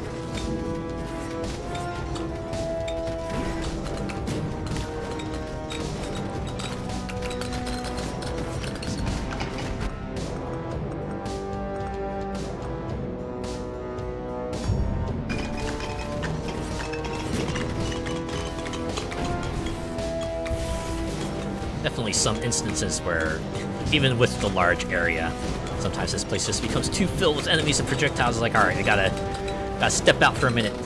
See, with these damn cubes, the green ones are even more annoying, right? You thought the red ones were annoying with their death area attack. This one just launches the projectile at you. It's like, alright, well, I guess I gotta start juking them now. Going left and right. I'm glad the projectiles at least don't home in on you. Just kind of sidestep your way around them.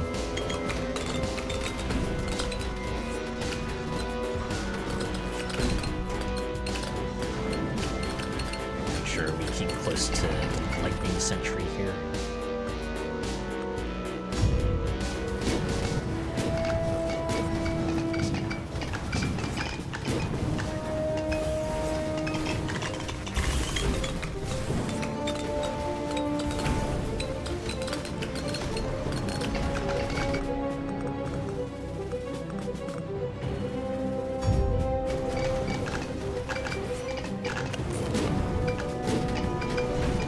You're back. Internet was playing. Oh no! Curse you, internet! I hate it when that happens. I hate it when I'm like watching a stream and then I suddenly like see, oh, it's the little loading symbol. I'm like, oh, right. So when you think, oh, okay, I guess I'll just wait, or you know, something happened, and then you go like, okay, I guess I'll go visit another website, and then you just go, the browser just goes, wait, I can't load the page, sorry, and then you go check like your little internet icon, and then it goes, wait, there's no connection, god damn it, and then just like sitting there twiddling your thumbs, like, okay, when is it gonna go back up? You know, sometimes it does, sometimes it doesn't. Sometimes it's like a problem on your end, and sometimes it's your ISP just like completely shitting the bed. It's like, ah! I actually had an instance of the former happen to me where it's like, oh, I noticed my connection was out, and I was like, oh, okay, I guess I'm just gonna wait for a bit, wait for the internet to come back. Must be my ISP just going haywire. And then I decided to check on the status of the connection, and then the website was like, yeah, we're not seeing anything wrong over here. Are you sure the problem's not on your end? And I was like, wait, what? So that's when I went and reset my modem and router, and then everything started working again. Huzzah. Yeah, the buffering, and then you get reload the player. It's like, oh, sorry, something broke. Please refresh the page. Yeah, it's like you're in chat, and it's like, trying to connect the chat, please hold. Failed to connect the chat, we're giving up. Refresh when you can.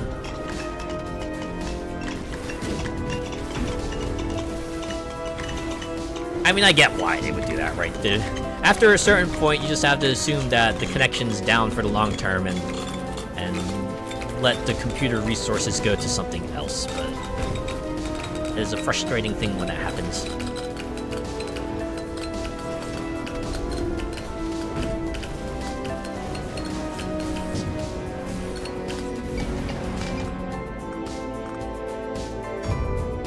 On the flip side, it is nice when, like, after trying to reload chat for a while, chat does finally reload and you start seeing the messages popping up again. They're like, all right, we are so back. We are so back, folks. Pain in the backside if you're binge watching something, I can imagine. Although I feel like most sites these days usually have some sort of way to remember where you're at so you can almost pick up where you left off. It's not like you gotta, like, you know, start from the start and try to fast forward your way back to the point at which you were watching before everything crapped itself, you know?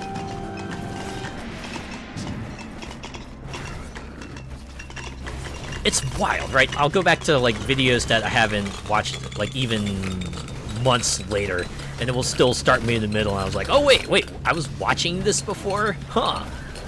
I like... It's kind of funny when that happens. It's like, oh, huh.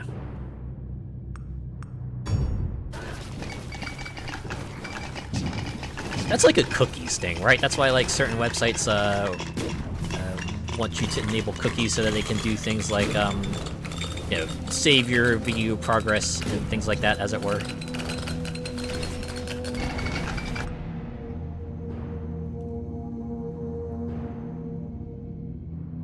Really don't like how Firefox and Edge will sign you out of YouTube's Twitter, etc. when you close the window. Wait, that happens to you? I feel like I don't have to kind of re-sign myself in whenever I go on those browsers. At least on Firefox, I don't. You know, occasionally they'll go, okay, yeah, you know, for security reasons, we want you to sign in again, which is, like, fine and all, but I feel like most websites usually have some sort of option to let you stay logged in. If they don't, it might be Might be a regional thing. Every time I open my browser, I have to sign into Google. There's like no way to kind of let them know that you want to remember. You want them to remember you. That's a bummer. Twitch keeps me logged in, but all my others I have to sign in. Rather unfortunate. Again, I understand the need to maybe want to re-verify people's logins for security reasons, but there's got to be a medium to that, you know? Like, maybe don't require them to sign in every time, but, you know, you want them to occasionally add in credentials. I get it. It certainly throws me, though, when I go to a website that maybe I don't visit every day, right? That I kind of occasionally have details remembered, but that particular moment it doesn't.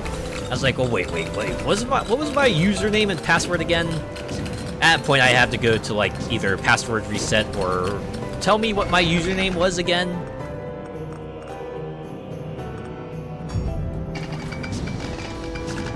Because there's definitely other details about me that I remember that can help with that sort of recovery.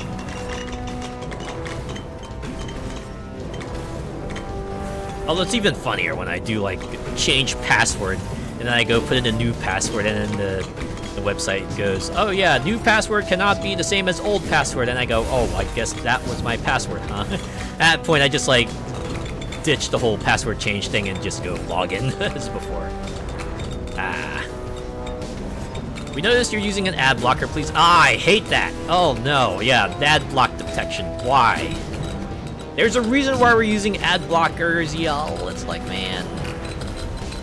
Maybe if they didn't want us to use ad blockers, they should make ads less annoying. I mean, I get it. It'd be included, you know. Ad revenue can be important, but the degree with which they're kind of throwing ads at people, it's a bit much. I don't blame folks for wanting to use ad blockers and stuff. I mean, this is probably just like, you know, something late stage capitalism kind of deal, right? It's like the amount of money people are demanding, it's kind of forcing folks' hand, and it's like, well, there's gotta be an endpoint to this, you know? Also, speak of the devil, there's an ad break coming in about 30 seconds. Oh, yeah. Just so you know. Maybe we can continue this conversation after the ad break. Get a lot of mid-roll now on YouTube. I've noticed that. YouTube used to be better about it, right? They would have, like, points on the video where they would go, yeah, this is where the ads will appear, and if I remember correctly, the creators also had a good deal of control on when ads would show up. But it seems like they've lost a good amount of that. That kind of sucks.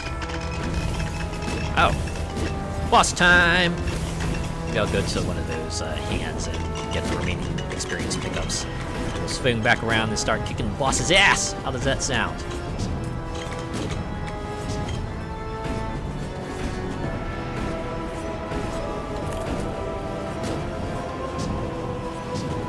That's right. Bring all the experience to me! The final level ups. So now I've got to pick wisely. Well, I definitely don't need pickup range anymore, so maybe I'll just, like, oblivion that.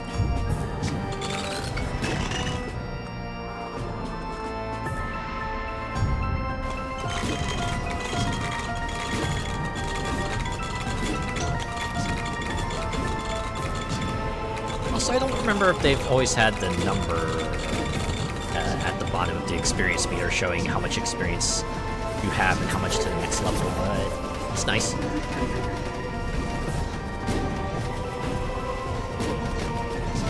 Didn't expect to see an ad for Yakuza Like the Dragon. Oh! Is that the Amazon series that just came out?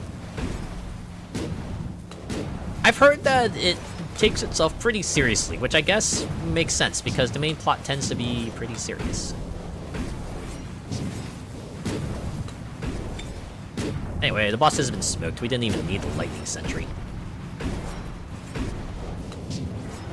I don't think there's anything else you need to pick up, because I sent up the one thing I can with the well, so I guess we'll just town portal. We'll town portal our way home. Congratulations! You survived the chambers of Dissonance. 104 level reached, 17,000 kills, 31 million damage.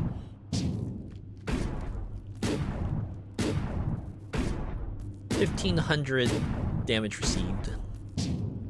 Oh, the Steam game. Really? Like that game came out like several years ago.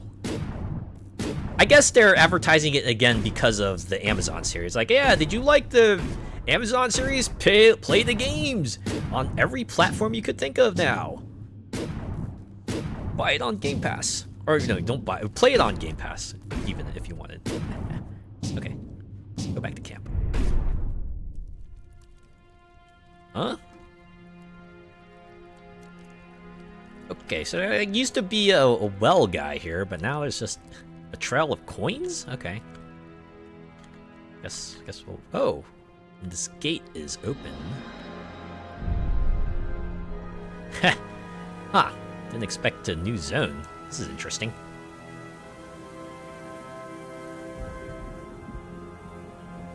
I do like how there's additional stuff over here, but it's all set dressing. Oh, and if you look really closely, you can like just see a bird here. I'm assuming that's like a crow or a raven flapping its wings. On sale for £8 instead of 16. Ooh, 50%. The game is oh, a lot of DLC. Yeah, but thankfully, at least for the Like a Dragon games, the DLC tends to be just like supplementary stuff, you know, just like extra in-game items or anything. It's nothing like a story campaign or anything like that, usually. Yeah, I think there's only like one game that has like substantial story DLC, and it's like Judgment. But, yeah. Yeah, I guess you, on the other hand, you can't complain about $150 for a pack. And I think those games are usually good for like having the master collections that has everything packaged in one place that you can just buy for a bulk discount. So there's that too. Okay. Well, anyways, let's check out this. What is this? Vault. Pay a tribute to enter the vault. Ooh, that face though. That face, man. Like I said, this game is appropriate for spooky season, right? Okay, what happens if I pay 1,000? Ah! Traps! Oh my god, you're telling me there's traps in this place? Say it ain't so. What happens if I pay again? Put in 1,200. Reduced vision? Okay, you know what? Maybe you're just gonna enter now.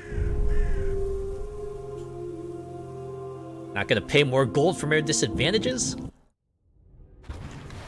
Oh yeah, we definitely got the reduced vision.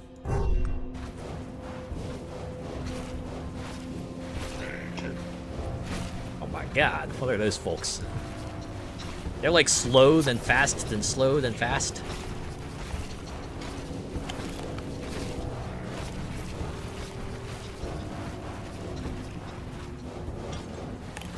Man, this place is a maze. Well, those are the traps right there.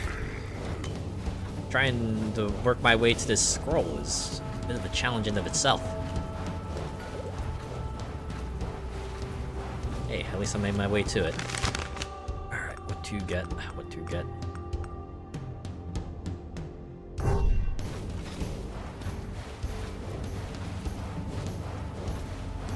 I can try to make my way to the book, because the books give you a choice of abilities.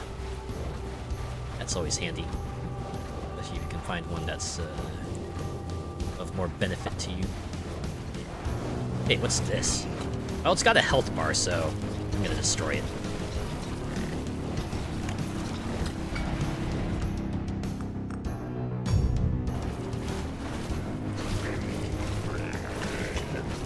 Oh my god, there's a lot of those dread guys.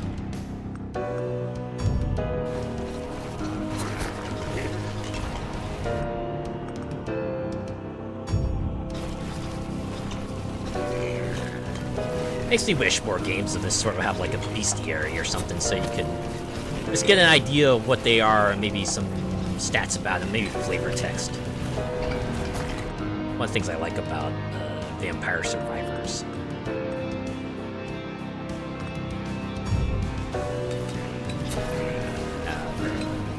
A comprehensive monster compendium.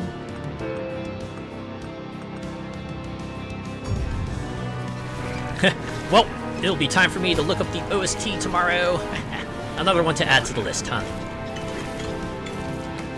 I feel like even the music kind of captures the feel of that sort of 90s computer game pretty well. Just everything about it just screams like a 90s computer game, and I'm like all for it. The way they managed to translate it to like a horde survival format is commendable as well. It's great.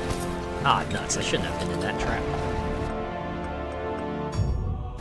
All my fault. My apologies. Ah, geez, what the? Now we got spiders? Okay. Blocking off more of my escape route? God damn.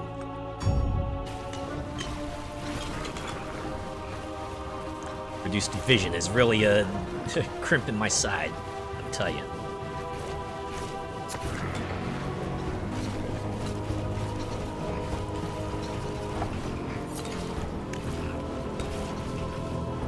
I'm barely hanging on here. Oh, what? I just got like big ogre-like folks too? Ah, jeez. So you talk about like cavern exploring. This is what I imagine cavern exploring to be like, right?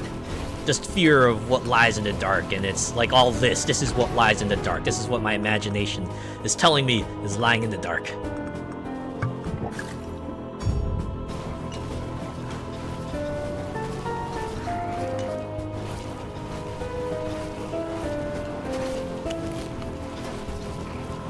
There we go. At least got to the book. Can pick another one. Morning Star. Swings a heavy iron ball on chain in a figure 8 pattern. Force multiplies damage.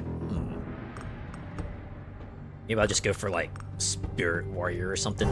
Let's have some extra attackers around while I'm out here moving for my life, trying to outmaneuver these mofos. Oh no. Alright, there's one revive gone. I still got one more though.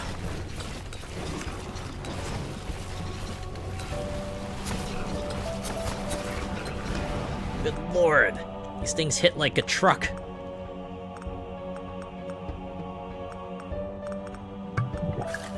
I think I need to kind of just focus in on like offensive related stuff. Just get all of that.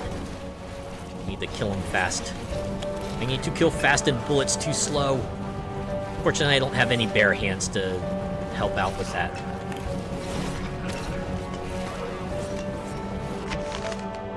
Total pitch black, the fear of seeing glowing eyes, and the threat of stalagmites, stalactites falling from the roof. Yeah. It's just like the everything, man.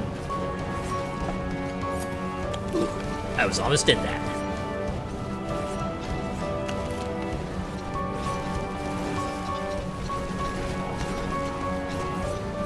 Oh, I noticed the timer is ticking up too. So this is not like the other stages where you just gotta survive. I'm guessing I have to destroy these things? I have to destroy these things, just keep destroying them, and maybe I'll be able to advance this level. Oh god. But if I can't stay in one spot either because I get these like mega damaging spider chest things.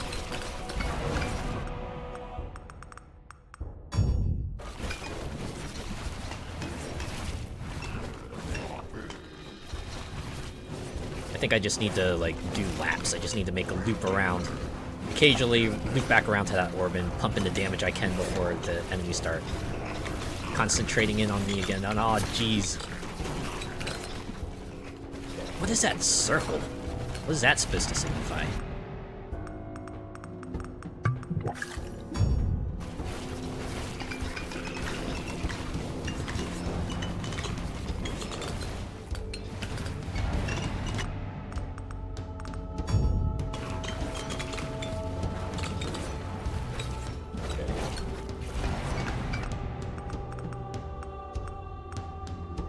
Maybe I should go for pickup range. No. Keep on the offense. Just keep picking up offensive stuff.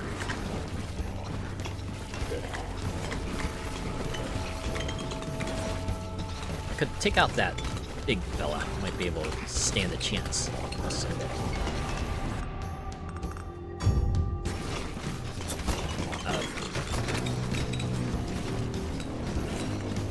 Okay. Place is getting too hot. Gotta find our way back. Find a way back.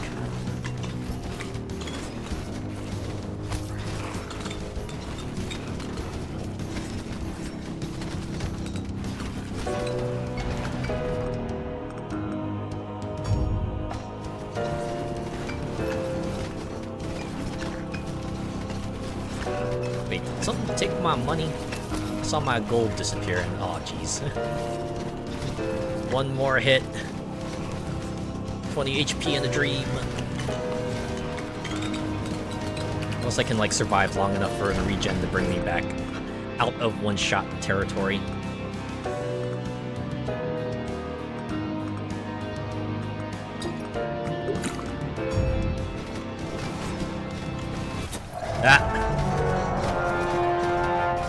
Alright. Maybe that might be a bit over, or you know what, let's try, maybe I should try something different. I did pick like a glass cannon kind of character. What if I picked someone like maybe a bit more defensive? Like maybe the Shieldmaiden.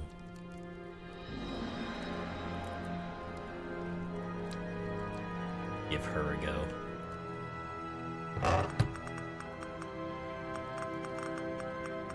I have an expanded equipment set to pick from as well.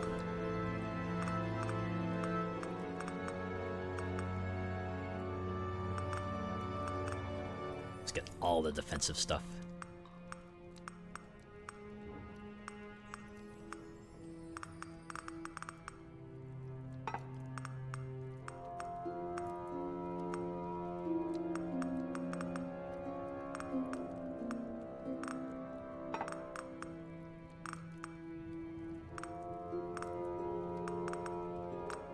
Let's see, what rings do I want to put on?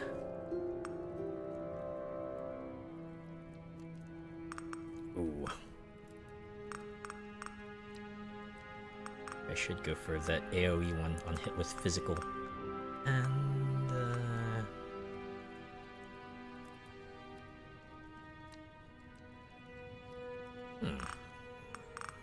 go for regeneration as well.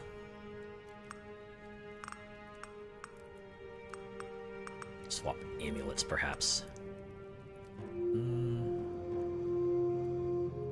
Triggers every 5 seconds and heals you when damage, otherwise get a bonus on damage.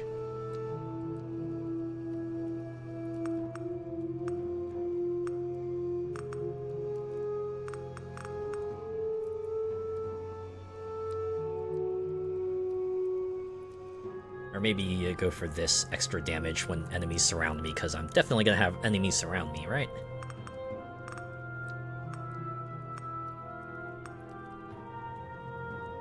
So I already got like a healing ring. I don't know if I need more healing. Yeah, pick that up. The helmet.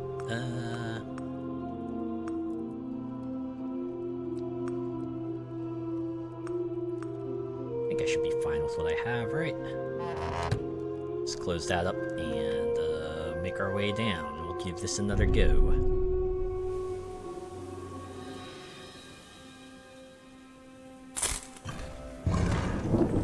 Plus 15% monster health. Couldn't it have been traps again? Alright, well, we're just getting the one modifier. We're just gonna enter from here. And hooray for maximum range.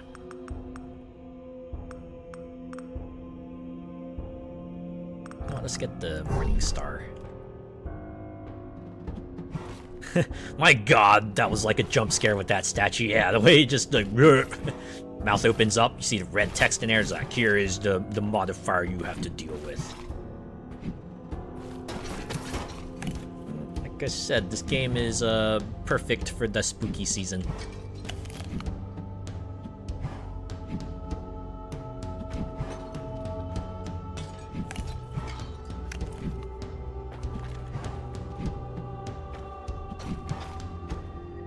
Which I should just go and get that other ability first, then I can walk back and really go to town on that orb. Yeah, now I can like see so much more of the map. This is a lot less intimidating. Yeah, you know what? Let's get the clay golem. Why not? Have them take out a few of the mobs too.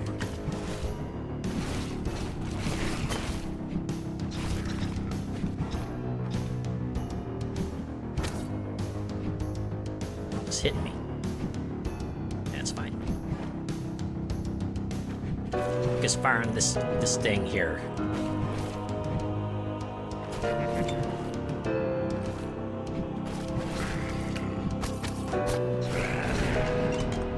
Okay, wow. Shieldmaiden is taking like even more damage. Fresh. It's crit bonus.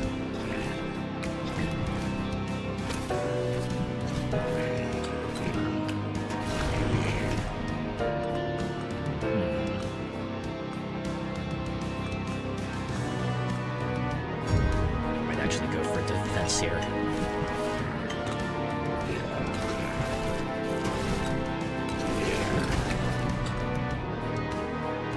Alright, now we're going for crit chance.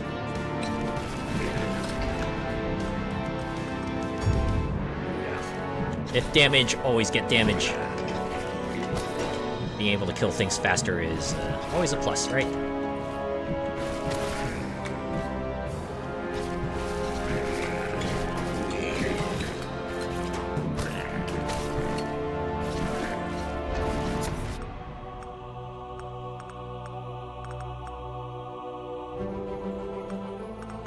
What should I get? I'll get the proficient stance. So we're starting to get the harder stuff now. Get worse and worse.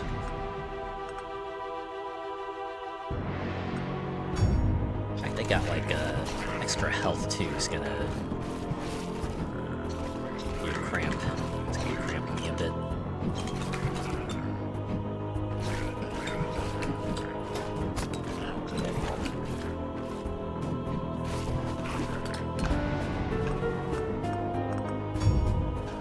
I do like there's seemingly enemies and waiting in the background there, just like.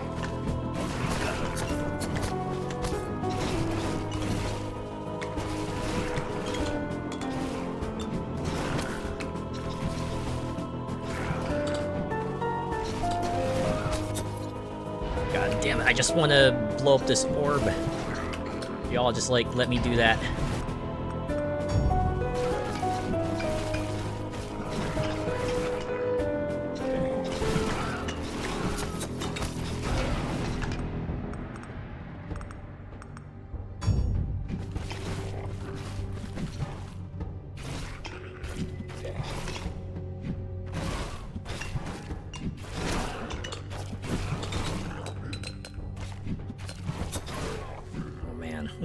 At the very least, with the increased vision I have, I can better plan a route here. Probably helps that this orb is placed in a good spot for a quick loop.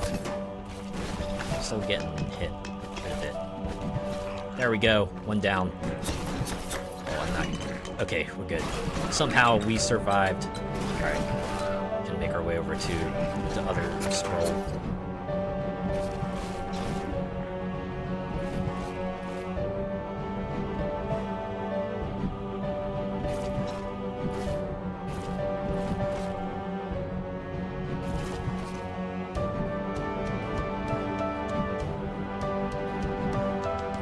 It's gonna be the thing with this level. I gotta keep killing them so that I can kind of keep up in levels, because the enemies are gonna get stronger.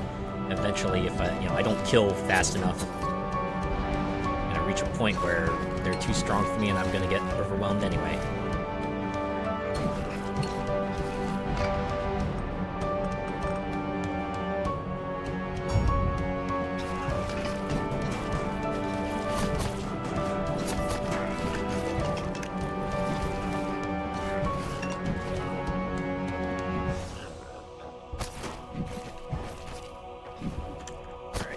here. It's down here. Okay. Just need them to let me get it. There we go. Hey, get out of my way. There we go. Gonna get spirit warriors. That's right, you keep beating them up while I keep running away and off to this other tome, and then we're gonna go orb hunting.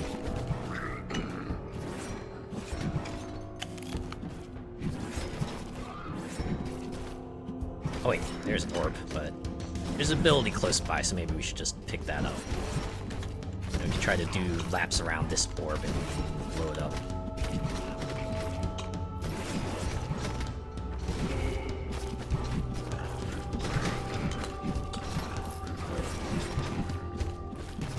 Oh, they're stealing my money. Is that what's happening?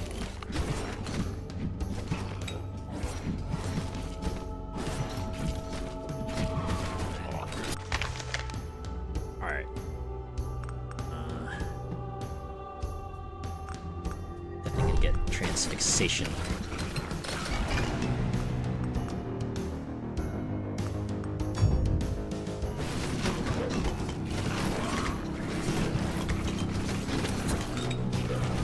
We just need to maneuver our way back to the other thing. I'm sure we won't like smack into any enemies because they hit like boulders. Should get extra regeneration though.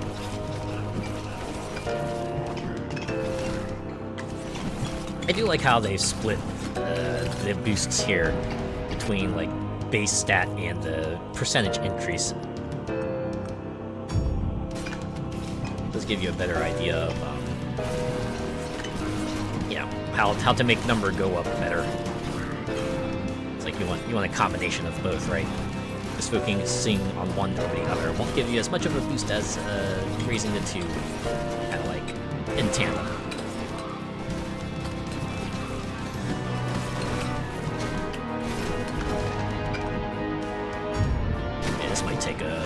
Looping around here.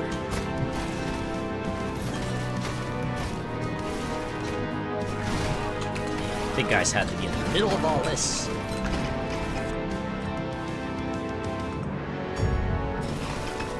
I wonder if this is a case of maybe I need to like get some strength in other ways too, because you know, there are some other features that like the earlier updates revealed that I really haven't capitalizing on. Yeah, trying to take on this level kind of like right out the gate, it's like, oh yeah, it's pretty overwhelming, but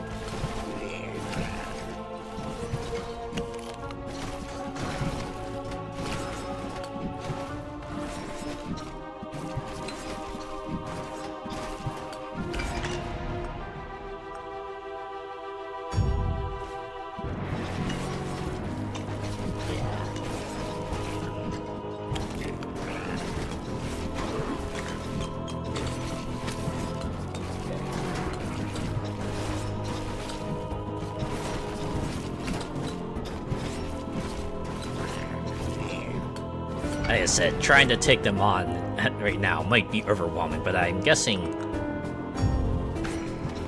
if I did some other stuff, this might not be so bad.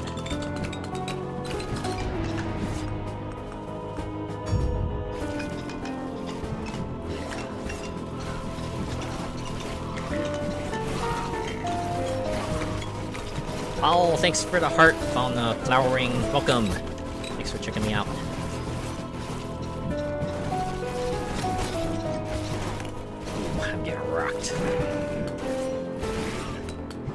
It's fine. They're all kind of clustered up at the moment. All I have to do is like just dodge the strays and I can maybe get myself like a decent recovery. Ah, now we've got like gold-plated folks with... Oh boy. 8 minutes in, I got like one orb kind of blown up so far.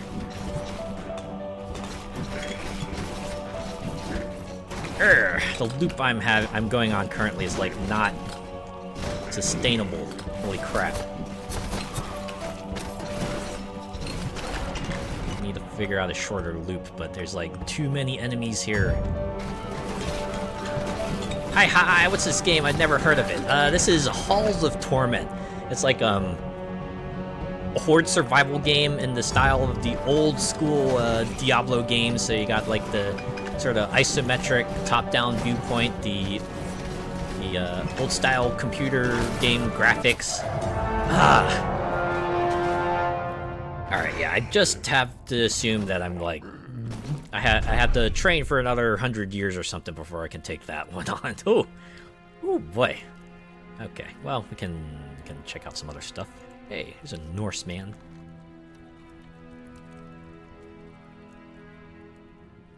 But yeah, it's this game's like pretty cheap and it's pretty affordable. It's got a lot of stuff to it, and you'll have some fun, right? This is a pretty fun game on its own, but if you remember the old school Diablo and remember those days, you'll probably get a bit more out of this. Okay. Just one more thing I wanted to show, because there's another thing they added, I think, a little while later. It's called Agony. This is sort of like the first time completion mode, where you can go back into a stage and they'll let you ramp it up in a few ways. So there's like a natural method of ramping up they have in there, but they also have the modular difficulty element, the artifacts here that you gotta find in agony runs, and you can retrieve them and they'll change up the game in different ways. So like, for example, Hastening Sands makes each run last 20 minutes, but it also ups the spawn rate and gives everyone increased movement speed. And then you have Trickster's Chime, which adds traps to the hall, so you can't just walk around freely, you gotta watch your step. And then each artifact you activate will also just add stats to the enemies, so you can see on the side here. This number go up, and that will increase their health and defense and the damage they do and how fast they go, but also you get increased experience, so there's your trade-off. So, you know, in addition to whatever modifier the artifact throws at you, you just have to also deal with increased stats for the monsters. It's an interesting way of doing things. Anyways, let's take Norseman to Ember Grounds. Oh wait, no, I think Norseman needs some equipment first. I don't think I played this. Yeah. Oops, I was about to come in there completely unequipped. That would have been not ideal. Okay. Give you a helmet. And I guess the duelist spark. Why not? We'll give you the crit chance and crit bonus rings. Oh, ad break right now. Well, thankfully we're in a boring spot, so you're not gonna miss out on too much.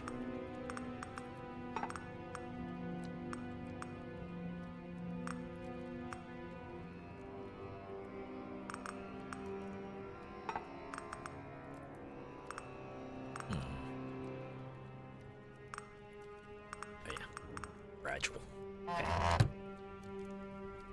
Guess I could show off the other feature that they added post-launch in the meantime. This fella, oh wait, no, this fella here, the scriptor.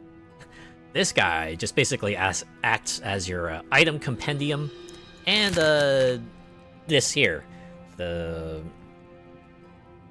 post max level stats boost. So I've been gathering a resource that's called Torment Shards, and then you can just apply them here to every character, right? And you'll increase attributes by a tiny amount, but you know, you get enough of these shards and you can increase it by a substantial amount, right? Nice thing about this is that you can also refund them all, so it's not like you pick a thing and then you're committed to it forever. Please, if you find take care that maybe another stat would be better, you can try that instead. Okay, maybe this will be the last run. We'll do Ember Grounds Agony mode, and actually I think I'll just leave off the artifacts because Agony on its own is it can be a little challenging.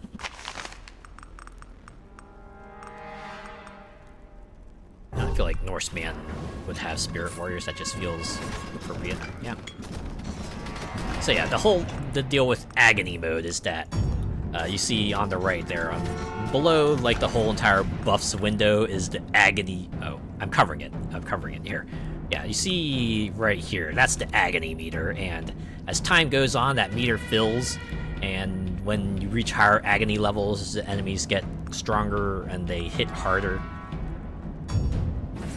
But every time you have to be revived, the agony level will drop, so I guess it kind of works as like a bit of an equalizing force. If you're doing exceptionally well, the mode will get harder in accordance, but if you get your butt kicked, it'll pull its punches at least a little bit, so it works out.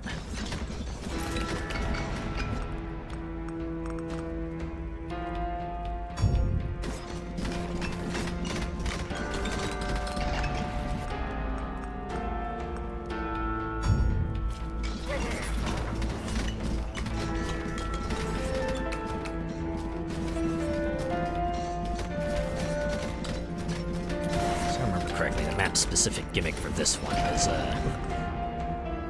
maybe a bit more challenging to figure out. Like the other levels will usually give you some sort of signposting to let you know if you're on the right path or not, but this one, it's like, well, as long as you know that they tend to show up like around where the well is, you might be okay, but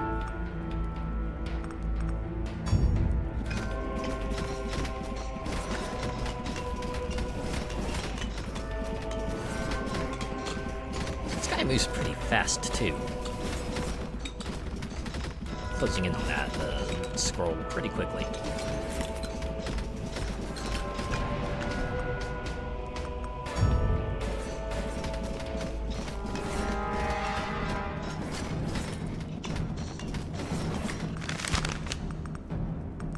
Ooh, I feel like Norseman kind of had those frost abilities, so he should get Frost Avalanche, right?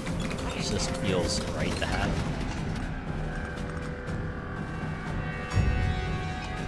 Yeah, as you can tell, I'm really not looking for optimal. I'm just looking for something based on the vibes, you know. And I don't know, Norseman feels like he would have the power of spirits on his side, along with ice powers, I guess, since that's what they want me to spec towards.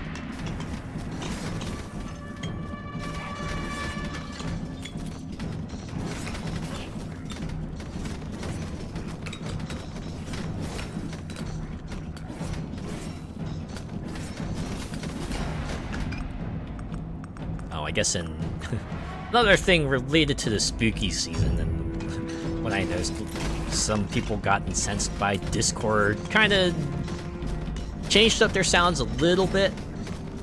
I noticed it last night because I was like gaming with some of my friends, but yeah, they've added a bit of a spooky twist to their usual sounds, and I found it fun. Other people got thrown by it. Thankfully, you can turn it off, so it's not as annoying as it could have been. Just something that surprises you. Is this quite similar to Vampire Survivors? I've played that before. Oh yeah, this is very much in the vein of that. It's definitely one of those games where you're a fella and you're auto-attacking, and there's like a bazillion enemies. You gotta beat them up, and as you level up, you have a list of upgrades you can pick from, and also you can manipulate that list to a degree. It's definitely one of those games, and I'd say it pulls that off pretty well, and also manages to kind of carve out its own identity by really kind of leaning into the Diablo aspects of it. So, like, all the characters they have are akin to like the classes that you might see in an ARPG like this. And, you got the equipment system that's kind of similar to it too. They even got like it styled and positioned in a way that kind of resembles that. And you got the abilities too that are kind of like abilities from Diablo that you might see in Diablo, but refactored to work for this game. I like it. They managed to take what works about the horde survival genre, but still managed to kind of make it its own thing, and that's pretty cool.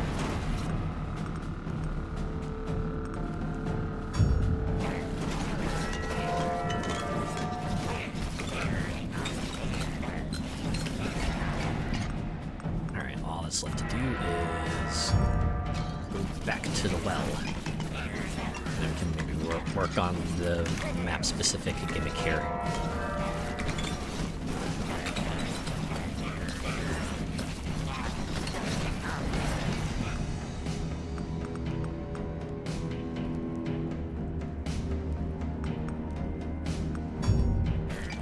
Most of the map-specific gimmicks usually revolve around an item.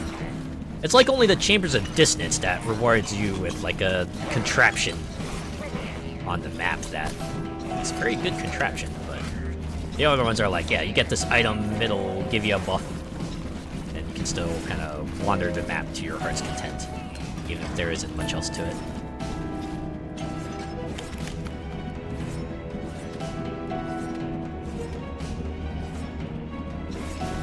Probably beat up these enemies too. Let's take their stuff. Okay. Oh, wooden ring growth. Yep, we're getting that.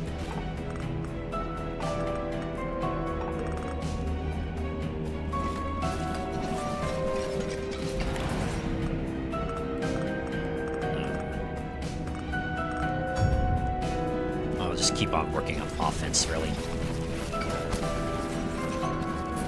It's probably the thing to do, right? As the old saying goes, the best defense is a good offense. Why worry about needing to take a hit if they don't even get to hit you to begin with?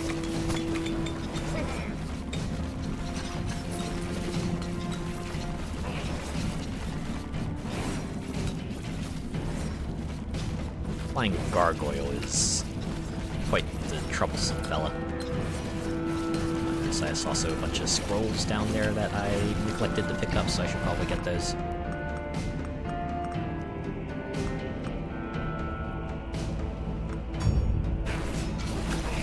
Oh. Might not be able to see it, but agony level is about to go up. We're about to hit agony 1. Everything's gonna hit a little bit harder, a little bit faster.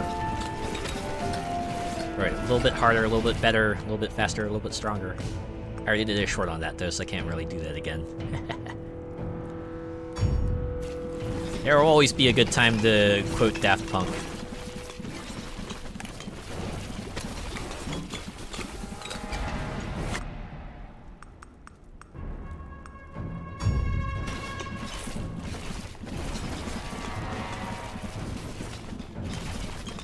Oh yeah, look at that.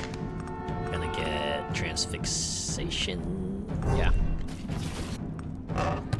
That's like the one ability I get regardless, right? Because it just has the kind of built-in fragile applier, and which like increases the amount of damage you do to enemies inflicted with that status. Just a good all-around. I think one of the upgrades you can get for it also allows it to shoot projectiles from behind, so you know, it gets even better AoE, you know.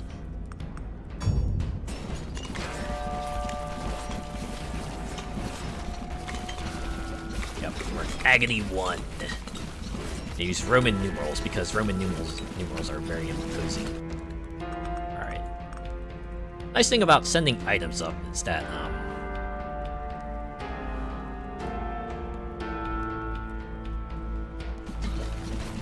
as long as you're just sending bottles up, you can send those up an unlimited number of times, but, you know, the point after, you know, after the point at which you send up equipment is when the well is unusable.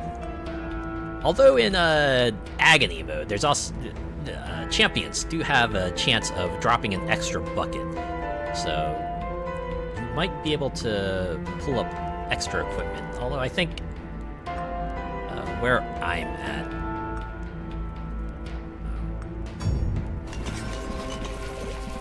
probably not that much equipment left to pick up.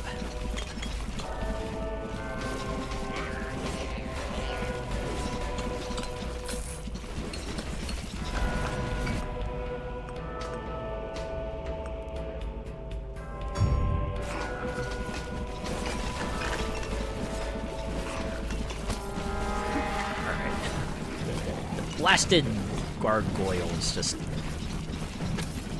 so much HP. I wonder if I'm supposed to encounter it much later, or how sturdy it is.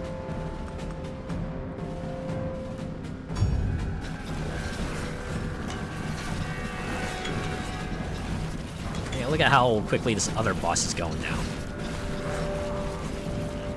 HP is just disappearing.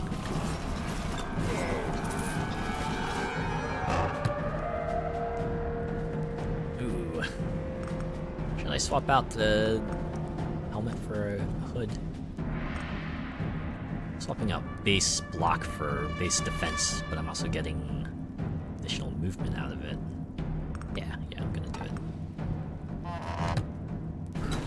Being a little faster never hurt anyone, right? So I still need to look for the map-specific gimmick.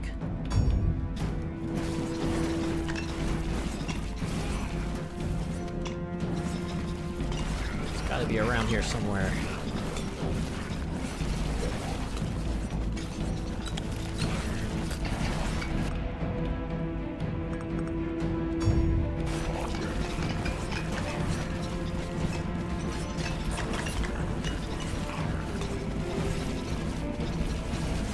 Oh, wait. I wonder if those statues are directing me to it.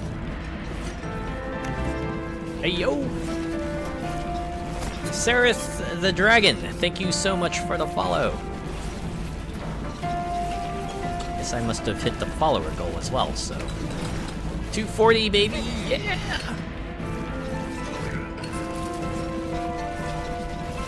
Keep on going up. Hey, what's up, bro? Nothing much. I'm just here enjoying the full release of Halls of Torment. It's been a fun time so far. How's it going with you? How are you doing today? I hope you are having a wonderful weekend. The weekend has been pretty good. Just relaxing, playing all the new releases and maybe some of the older new releases, but just living it up. Living it up the best I can, you know?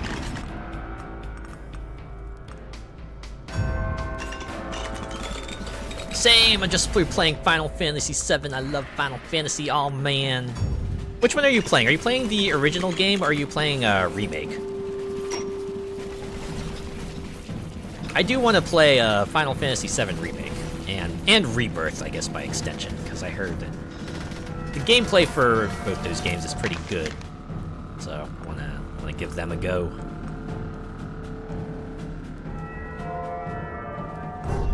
Yes, the original. Ah, man, fun. Well, I hope you are having a good time with that. There's a reason why it tends to be remembered so fondly, and it's not just because it's like one of the earlier instances of a JRPG.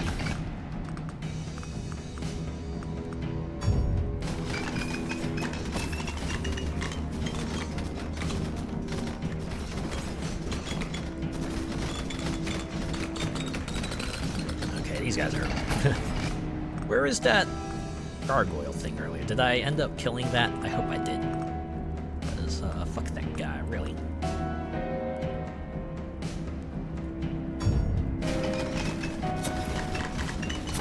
Oh, no, they're still around. Jeez! Absolute thorn in the side, that fella. I love old games. I beat Final Fantasy 2, 6, 7, 9, and Crisis Core. Whoa! Knowing those games, completing even one is usually an accomplishment. Well done.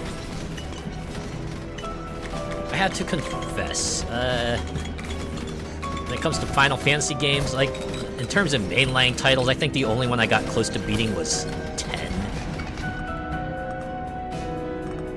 I've definitely played a bunch of their sub-series, though. Like, Dissidio, I had a lot of enjoyment playing. Especially, the sequel on PSP. That was really fun. Like, even if I had, like, maybe a passing knowledge of most of the characters, it was great just being a 3D arena fighter and everything. Oh, and also theaterism. Like, even if, just having, like, so much music in one place, right? Like, the 3DS sequel had, like, 200 songs, right? Just from a pure volume standpoint. You're getting a lot out of it. Granted, you know, the flip side, the upshot, the caveat to that is that, you know, you have to be a Final Fantasy fan, but, you know, if you're a Final Fantasy fan, then you get a lot out of that game.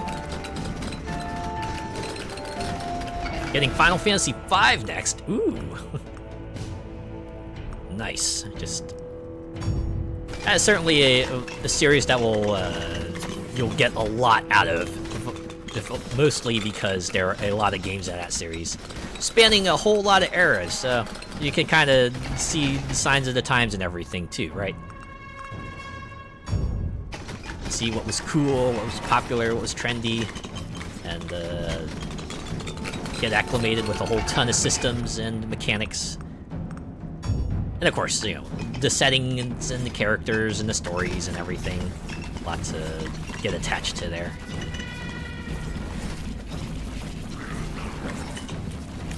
There we go, that goddamn gargoyle thing's finally been taken care of.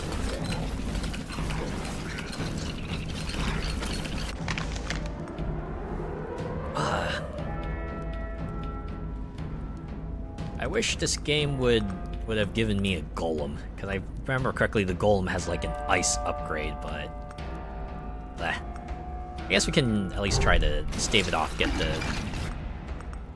shoot behind me ability. What do I like to play? If you're a Final Fantasy addict. Hey, you know what? It's good to have things you're into, right? What do I like to play? I guess these days I like, mostly like roguelites, right? Roguelites and roguelikes. Anything with like the action bent to it, something that I can like do a run real quick, have fun with that.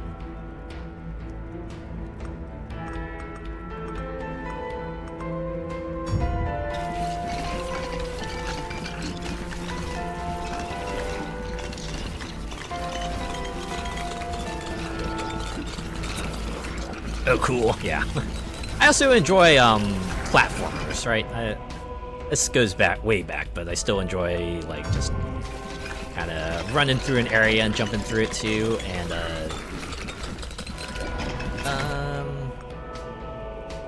yeah, shooters to an extent as well. I like a good FPS, although I'm not like maybe not as much on the competitive side.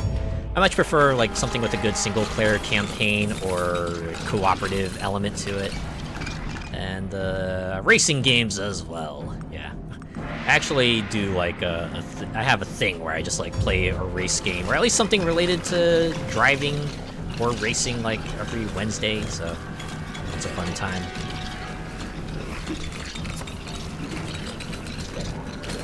So I'm guessing since you're like a Final Fantasy fan, you enjoy like RPGs. You're like a big RPG fan. You have like any other? Are there any other RPG series you're into? I know there's a bunch of other good RPG series out there, right? Like the Trails games if you're really, really big into like the world building stuff. Tales if you enjoy subversive elements to your storytelling. Games along that series too. Like there's Atelier if you like a bit of a cozy item crafting and shopkeeping element to it. Disgaea if you want, like, if you really like number go up and tactical RPGs. Well, I guess to that extent. Fire Emblem if you really like your turn-based tactics. Yeah, a lot to get into there. My crush is Cloud, and I kind of just fell for another guy. I didn't like him at start, but I'm liking him now. Liking Barrett. Cloud is beautiful, though I love him. Ah, yes, Cloud. Probably one of the earliest examples of a femboy out there, right? Because he has like that whole side segment where he gets into a dress and like does a beauty contest or a dance or something like that, right? The fact that they brought that into remake is awesome. I just loved how they kept that in. I think you can even get like different outfits there, so that's like pretty rad too. Played Arise, Vesperia, and Symphonia. Ooh, nice. I think among the Tales games, I've played completely through Vesperia, and I do want to try out Arise. I've heard people say good things about that one. And Symphonia, I feel like, is like, since that was like the first Tales game we got in the West, I want to try that out too. I know a lot of people have fond memories of that game.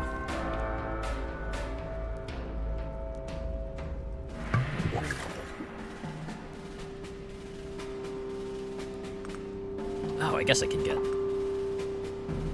better running shoes.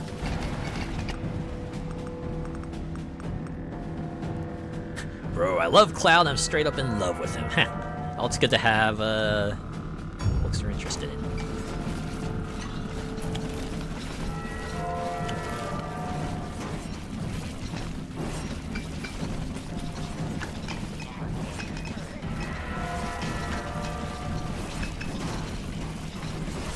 That is like on my list of things to play like super far in the future. Final Fantasy VII Remake.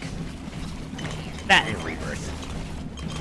I know they're big games, so I have to set aside a lot of time for them, or maybe just like do some extra long streams so I can get through it at a reasonable pace. I know that on the PC the game has plenty of mods too. Definitely gonna be picking out some that like gives them different outfits and stuff. It's fun. That would be fun. I ship Cloud and Sephiroth. I know it's weird, but hear me out. I imagine a lot of people do. A lot of people sort of enjoy the enemies to lovers dynamic. I mean, it's the reason why people kind of say that stuff now, right? I guess something fun about the idea of people who like hate each other's guts, but then realize, oh, you know what, I'm really into you. I know Final Fantasy VII especially has been around for a while, so I imagine there's like every ship under the sun there now. Cloud himself probably gets hooked up with like everyone in the cast. Right, doesn't matter who, doesn't matter what. Someone's probably paired them off. Yeah, Cloud is bratty and cute, and Sephiroth is mean and loves teasing. Right, you get the dynamics there too, right? You can figure out the dynamics for them. Go ahead and kill the hell out of this slime here.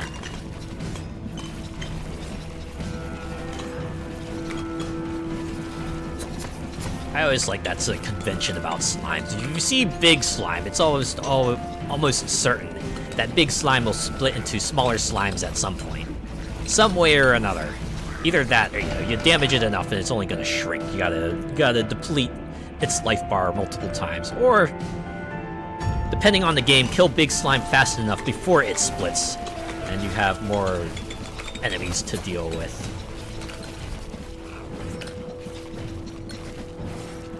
Sorry, I had to talk about Cloud, I just like him so much. Nah, it's totally cool, alright? I don't know, we all have things that we're like super duper into, and you know, it's nice to have, right?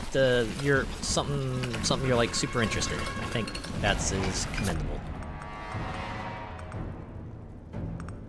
It's fun too, right? Because you get like exposed to like a whole variety of topics, and you know, depending on the topic at hand, you might learn a lot about it. It's great. It's like the expansion of the knowledge base in a way, right?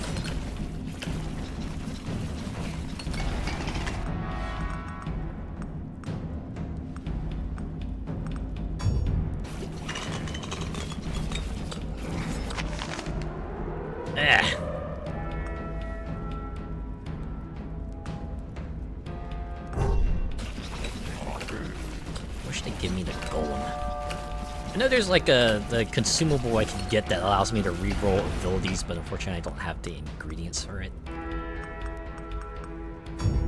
Yeah, so the way you get like the rerolls and this stuff is first you gotta go find the components needed to make the particular potions around in the field, and they're like in specific stages. And once you get those, you unlock that, and then you have to find bottles if you want to increase the amount of times you can use them. Up to a certain point, of course. I'm not quite there yet. I had to admit, last I played Halls of Torment was like a really long time ago, so I have a lot of catching up I need to do here. I actually played just a little bit yesterday, so I could get access to all the new stuff. So I'm not spending like the first hours playing the old stuff, so we can see the new stuff, you know? The other guys I'm into is Sephiroth, Locke, Barrett, Kuja. If you really want to see a femboy in Final Fantasy, it's Final Fantasy IX Kuja. Oh yeah. I remember him from Dissidia. It's like, ooh. That's what he looks like.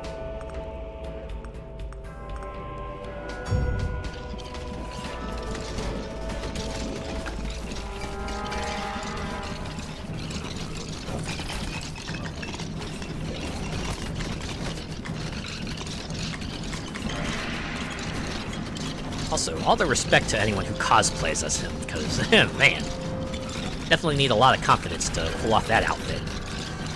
Just love his outfit, bro. Definitely speaks to his character, that's for sure. You want Kuja's outfit? I feel like that too, right? I see an outfit in the game, I was like, oh man, I so want to wear that, right? And then I discovered cosplay. I'm like, wait, I can wear that outfit! Yeah!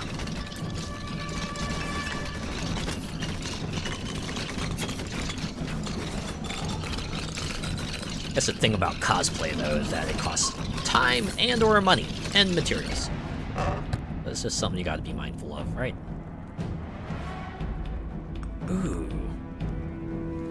Frozen goo puddles. Maybe I'll get this.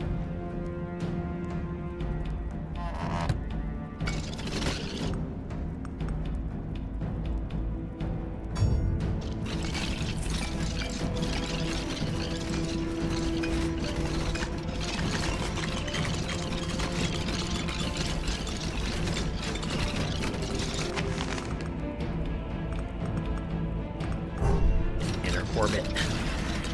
Dang it, game, I just want my golems. Can't you give me some golems?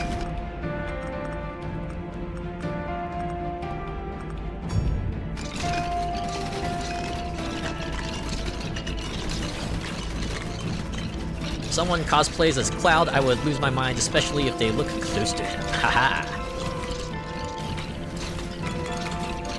It is nice when you find a cosplayer that just, like, manages to completely nail the details, right?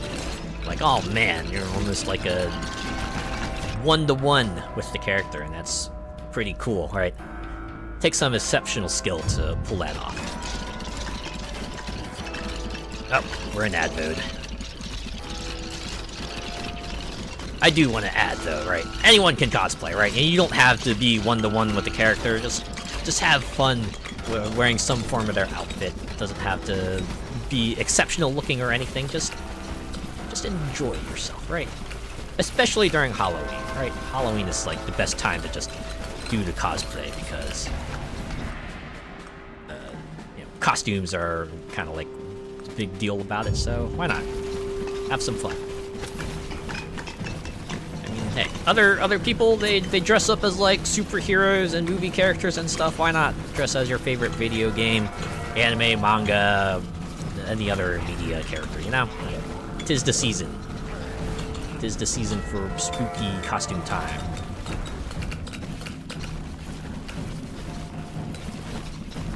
This game is very similar to Vampire Survivors. Yeah, it absolutely is.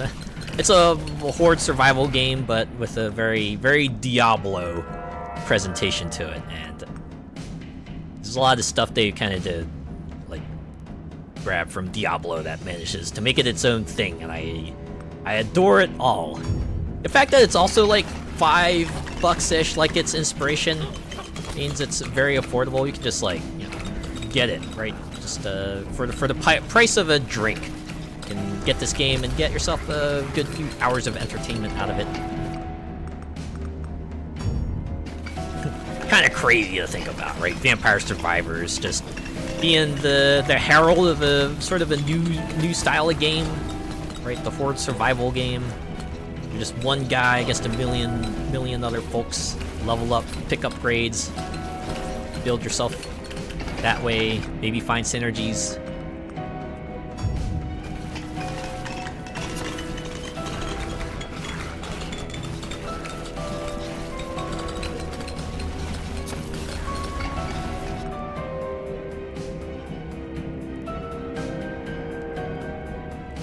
Oh, what would you say is your crush in video games? Everyone has one. What's mine? My video game crush. Oh, man. Hard to pick from. I don't know. I have like a bunch of characters that I like, but there's not one I would say that I'm like overtly in love with. Like, most of my affection would usually come from I kind of like the outfit they're dressed in, or maybe like the style they have.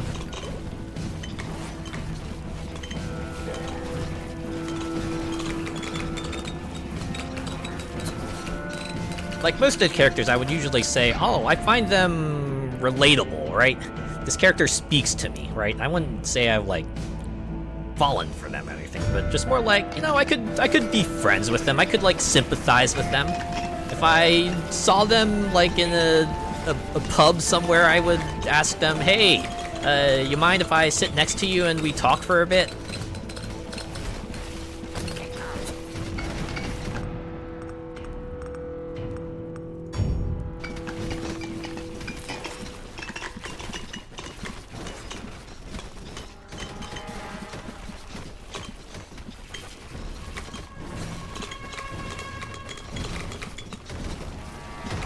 As far as childhood crushes, though, I don't know. I think, I guess when I was a kid, I kind of like Misty from Pokemon, the anime version.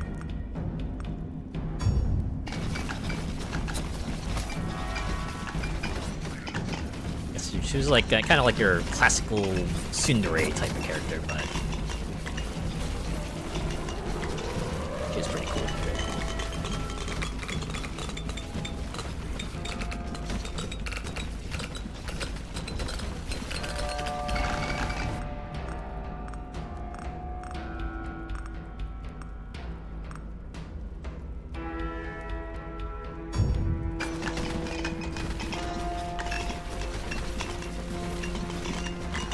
It's kind of funny though how the anime kind of adapts the journey of the main character, has him travel with like the gym leaders, and then that continued on into Johto. But after that, they started a trend of, oh, now Ash will travel with the female player character from that region, which I guess they broke the trend with going into Unova, to go right back for the next region. Though I guess for Kalos they didn't do that.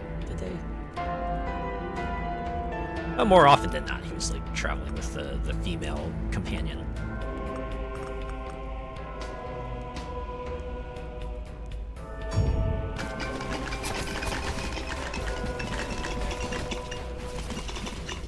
Yeah, that's how I am with Sephiroth. He's cute, but his personality doesn't speak to me. That's why I love Cloud.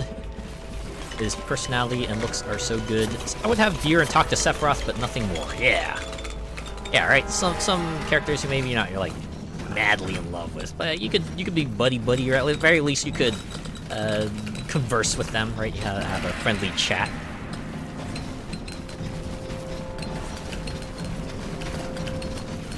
In my case, I might go, hey, you want to do like an outfit swap? You want to do an outfit swap? Just like wear my clothes and I wear your clothes.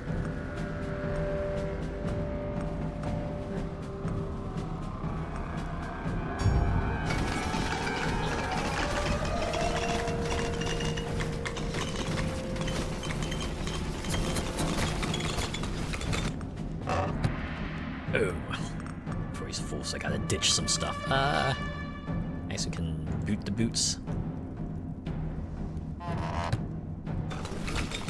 The other thing about the bottles too, like, you can freely send them up in the well as long as you haven't sent up equipment beforehand, but also if you survive a run and you have bottles in your inventory, they'll be automatically added to the potions. So that's pretty cool. Because if you send them up via the well, you didn't have to, like, purchase them with gold. Although, now that the well keeper is gone, I'm not sure how that will work now. Is, like, every equipment just going to be freely added to my inventory? That'd be kind of funny if that were the case. Yeah, I'm just gonna discard the helmet. this on.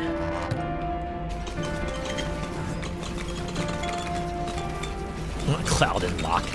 Would bury them on the spot, no questions asked. You see them immediately, you're like, pull out the ring.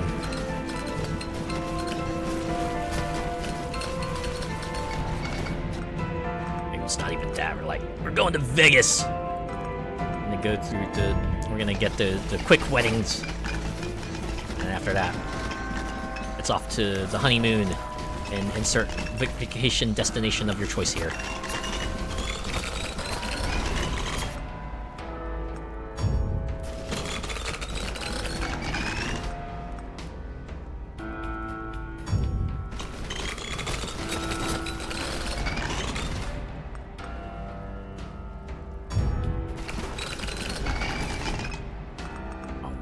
Got 6 minutes to go.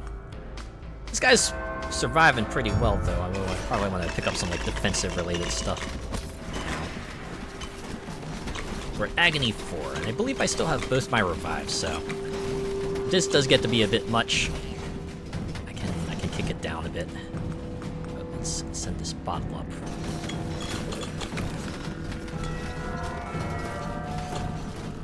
Yeah, you would have to fight Tifa to win over Cloud. That might be a challenge, though. She's very, very good at punching things, so have to watch out for that.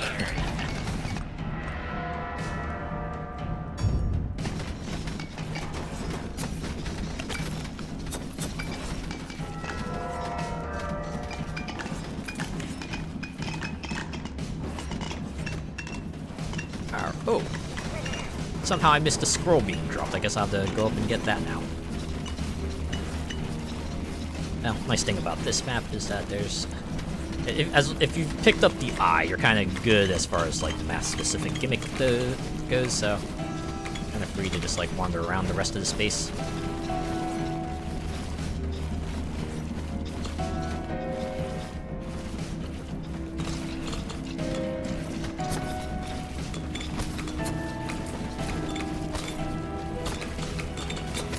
Alright, I think I need to...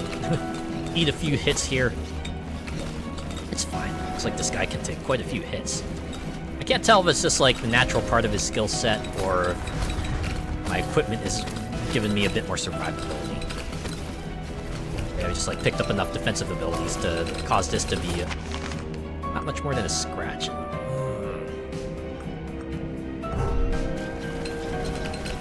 This game does not want to give me my golems. I just want golems, Halls of Torment. Is that too much to ask?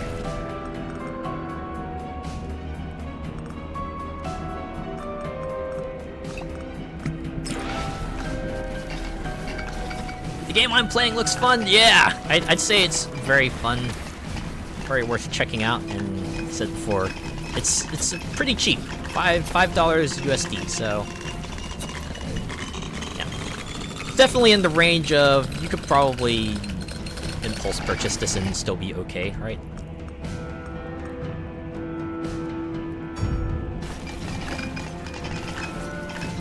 Reminds me of another stream I was on. I was chatting with them. I was like, hey, have you played TCG Card Shop Simulator? Or they were looking at us going, oh wait, what? Immediately bought it, right there and then, no questions asked. Thought it was pretty funny. Oh, I didn't mean to kind of dictate the direction of the stream then, but hey, they enjoyed it, so mission accomplished. There's another chest down there. Let's see what this one has. Oh, plate armor.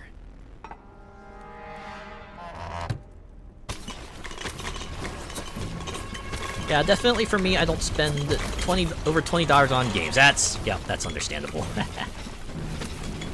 You gotta have a budget, and then you gotta stick with it. At least for me, I think my criteria tends to be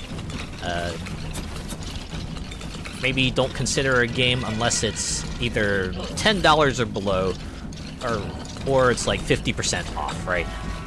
If the discount is 50%, then I might consider checking out one of the more expensive games.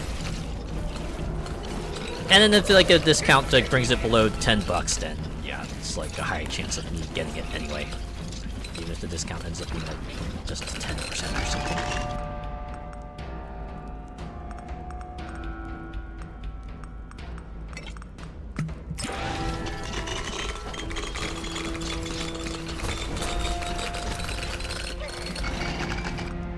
Oh yeah, we're at maximum agony, so things are really gonna pop off here.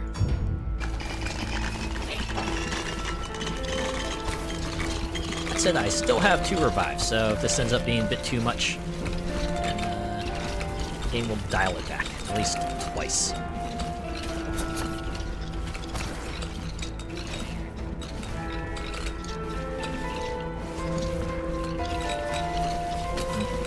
Seems to at least be sticking it out. Like, if this guy just ends up getting into a chain of hits, it's like just a small amount of his health gone.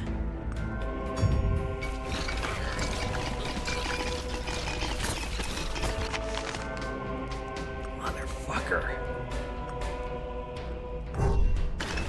So finally get an upgrade for the avalanche.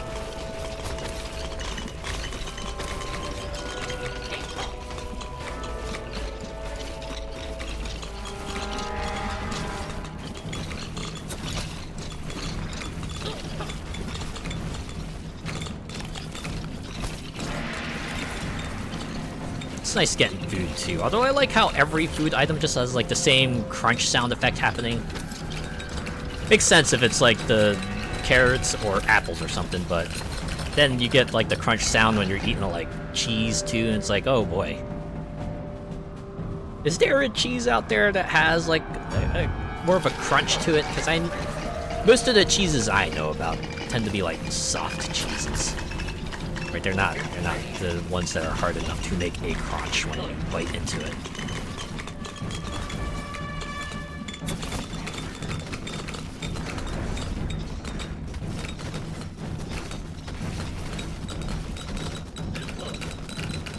I'm doing my 3rd Final Fantasy VII playthrough, basically achievement hunting. I've already beat all bosses in the game, including Ruby and Emerald. Ooh! Impressive!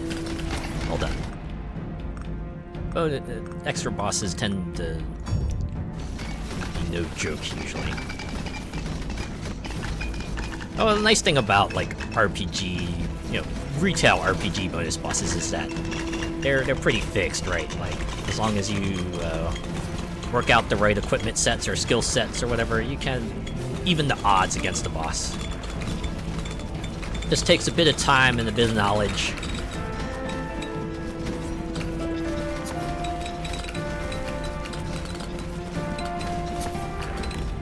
Where is that worm thing? I want to try to kill that before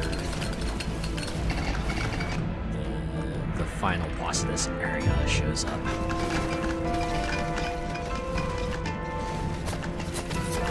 That's one of the things I wish this game had, like some sort of arrow pointing to where all the major enemies are.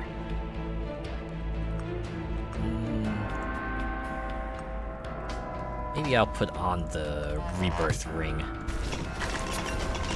2 extra revives on top of the revive I have.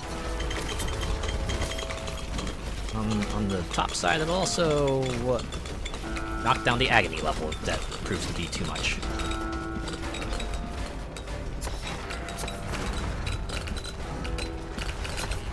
Getting a lot of achievements from it too, so. One of the reasons why it's worth playing as every character, because you get a lot of achievements. Yeah, because one of the things this game has is like a milestone system, which is like the in-game version of the achievements. And in addition to the money and the assorted ability, character, equipment unlocks that you can get, each achievement you earn also like increases the amount of XP you will gain in future runs. So that means you can get even more levels, which means more stats, which means greater chance of destruction or survival. Either way, it's totally worth getting it. Well, Ruby is BS. He hits you constantly and takes your teammates, so you're down to 1 teammate and he gives you every status effect. There is a way around it. One of those types of bosses where it's like, yeah, lots of BS attached to it, but if you know what you're doing, you can counter them. I do remember, like, a long time ago, like, last I streamed this, these bosses tend to be, like, absolute marathons, right? Like, especially this fella, because this guy can, like, mess you up when you're up close, so I remember just, like, backing away for the longest time, just desperately staying out of range of most of the mechanics.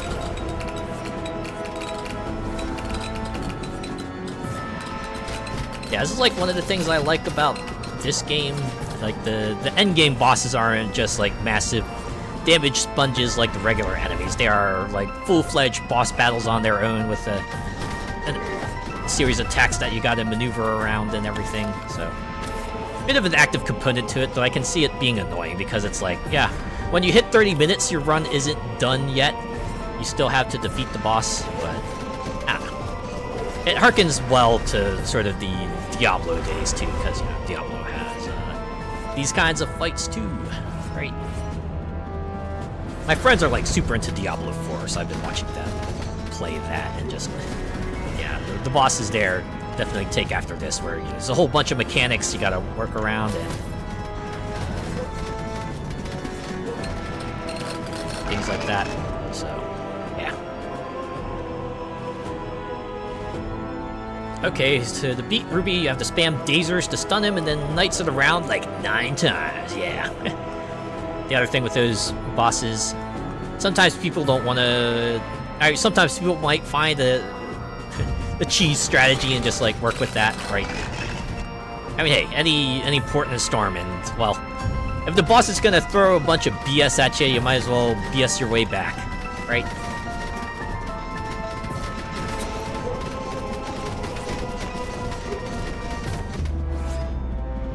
Well, turns out I didn't quite need the revives, but I guess it was nice to have. No new equipment to send up, though. Well, I guess we got a magma vessel artifact, so there's that. And conveniently, the well is shown up nearby, so it's like, hey, you have anything you want to send up? But we have nothing to send up. Emerald is easier. Basically, you take off all your materia and then beat him with Omni Slash and Vincent ults and gets Lucky 7 and spams elixirs. Ah. It's like when you know the strat, but all you gotta do is pull it off and hope that RNG blesses you. Yeah, you can just leave. You have survived the Ember Grounds. Yeah, let's go. Got lots of new stuff to find. Oh, that's gonna be fun. Alright, well. In that case, yeah. So one more thing. Right, you can see here the milestones, the quests. There's 500 of them, right? There's 500 of them to go through, and you can kind of see down here how many of them you've completed and how much of an XP bonus that it gets you. Interestingly enough, I think all the milestones here are kind of tied to Steam achievements, but they've said that if they add any, like, sort of future milestones, they'll just be in-game milestones. We won't get new Steam achievements out of it, which I guess that's fair, right? Achievements are... Hey, this is a cosmetic thing mostly, so I'm not too broken up over that. And here's the other thing I was talking about, the Cupbearer. My good friend. Right, this guy gives you... supplies the potions that you can use to kind of manipulate the drops to your favor, possibly. Oh, you can talk with them too? I didn't realize that. I must say, from all the camp dwellers, he's the most troubling one. Every conversation with him feels like haggling. Collecting coin is all that matters to him. And who knows what kind of deals he struck while being trapped down in the halls. Yeah, it's like this bit too, where, you know, they just send you to a separate screen, you see head animate while the text rolls up. And the voice acting too, just, everything about it, just so evocative of those old school Be careful down there. Computer games. I'm all for it. They really tapped into the aesthetic and just make it all work. Yeah, I'm loving Final Fantasy, literally addicted. Oh man, a lot of Final Fantasy games for you to go through too, so hope you enjoy it. But yeah, I think that has been a thorough look at the new stuff in Halls of Torment. 1.0 release, and they have said they have plans with post-launch support. Yeah, I think they mentioned that they're gonna try putting out the supporter pack that's gonna have like a couple extra things here and there for it, and see how that works, and maybe they'll work on post-launch plans from there. You know, both free updates and paid DLC. But I'm glad that this game will continue to get expansions. I'm excited to see what the devs have in store for us. Yeah, Halls of Torment. You can find it on PC. Again, super cheap, so yeah, maybe might be worth your time. Definitely get a lot of value for your buck here. At least I think so. But yeah, for now, I think I will go ahead and call it here. So yeah, thanks to everyone who came by and hung around and chatted, and even if you just lurked, I appreciate each and every one of you.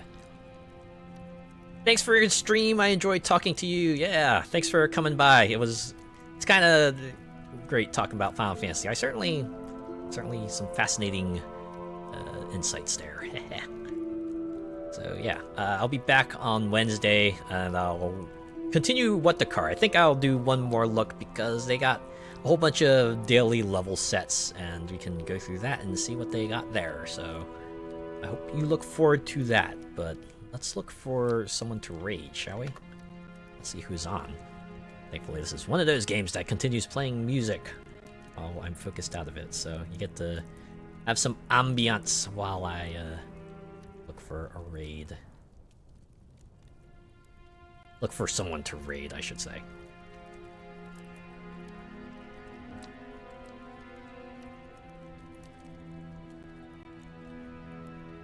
This week is also pretty fun. Or this coming week is going to be fun too, because I definitely have the games I want to play, right? It's not like the other weeks where I have a set schedule because I'm continuing playthroughs. This one's like, oh yeah, I've got some new games, but I have my new games decided, and it's going to be fun. Right. Wednesday is going to be What the Car, but Friday I'm going to check out the Castlevania DLC for Vampire Survivors, because it'll be out then. And then Sunday will be a look at Windblown, because Windblown, I am having a fantastic time with that. I just want to show off how cool it is to the world.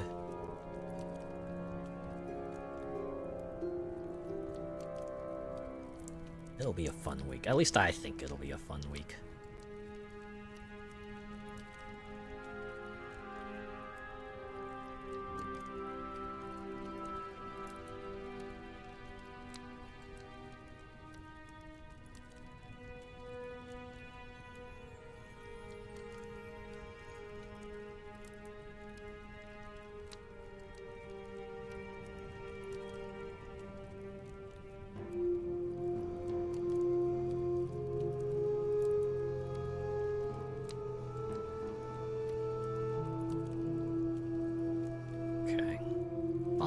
Someone. See if I can find them again. Yeah.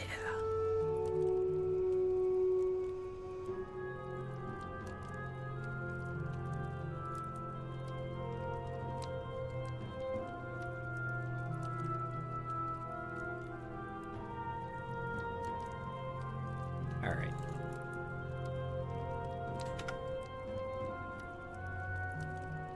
Be a good thing to wind down on. Raid message. Let's think of a raid message real quick. I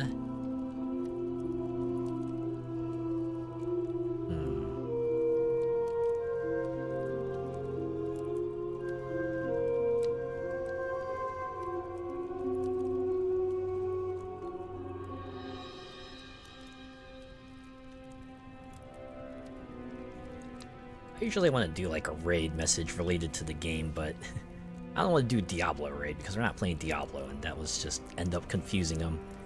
Trying to think of what else we can do here. Maybe Raid of Torment? I don't know, that sounds a bit too menacing. Torment Raid. Yeah, maybe we'll do that, because...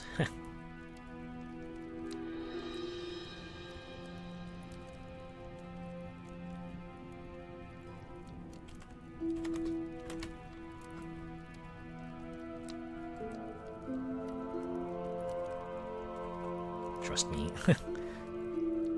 Once I do a live 2D debut, we're definitely gonna pick out the standardized raid message so I don't have to spend like 5 to 10 minutes figuring out something to do here.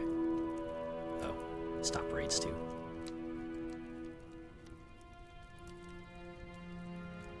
Okay.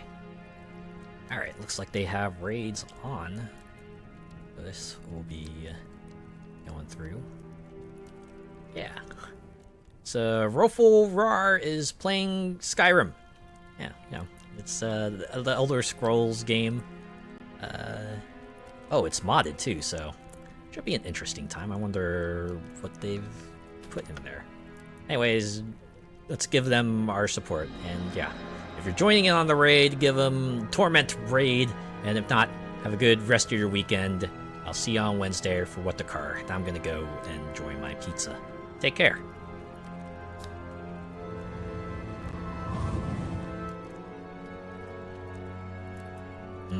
Pizza. I think I mentioned it already, but yeah, it's a bacon, pepperoni, sausage, meat lovers pizza. So if it's not pepperoni and sausage, the third meat I usually like to add is like either ham or bacon. I figured, you know, beef, pork, good combo, right? All right, see ya.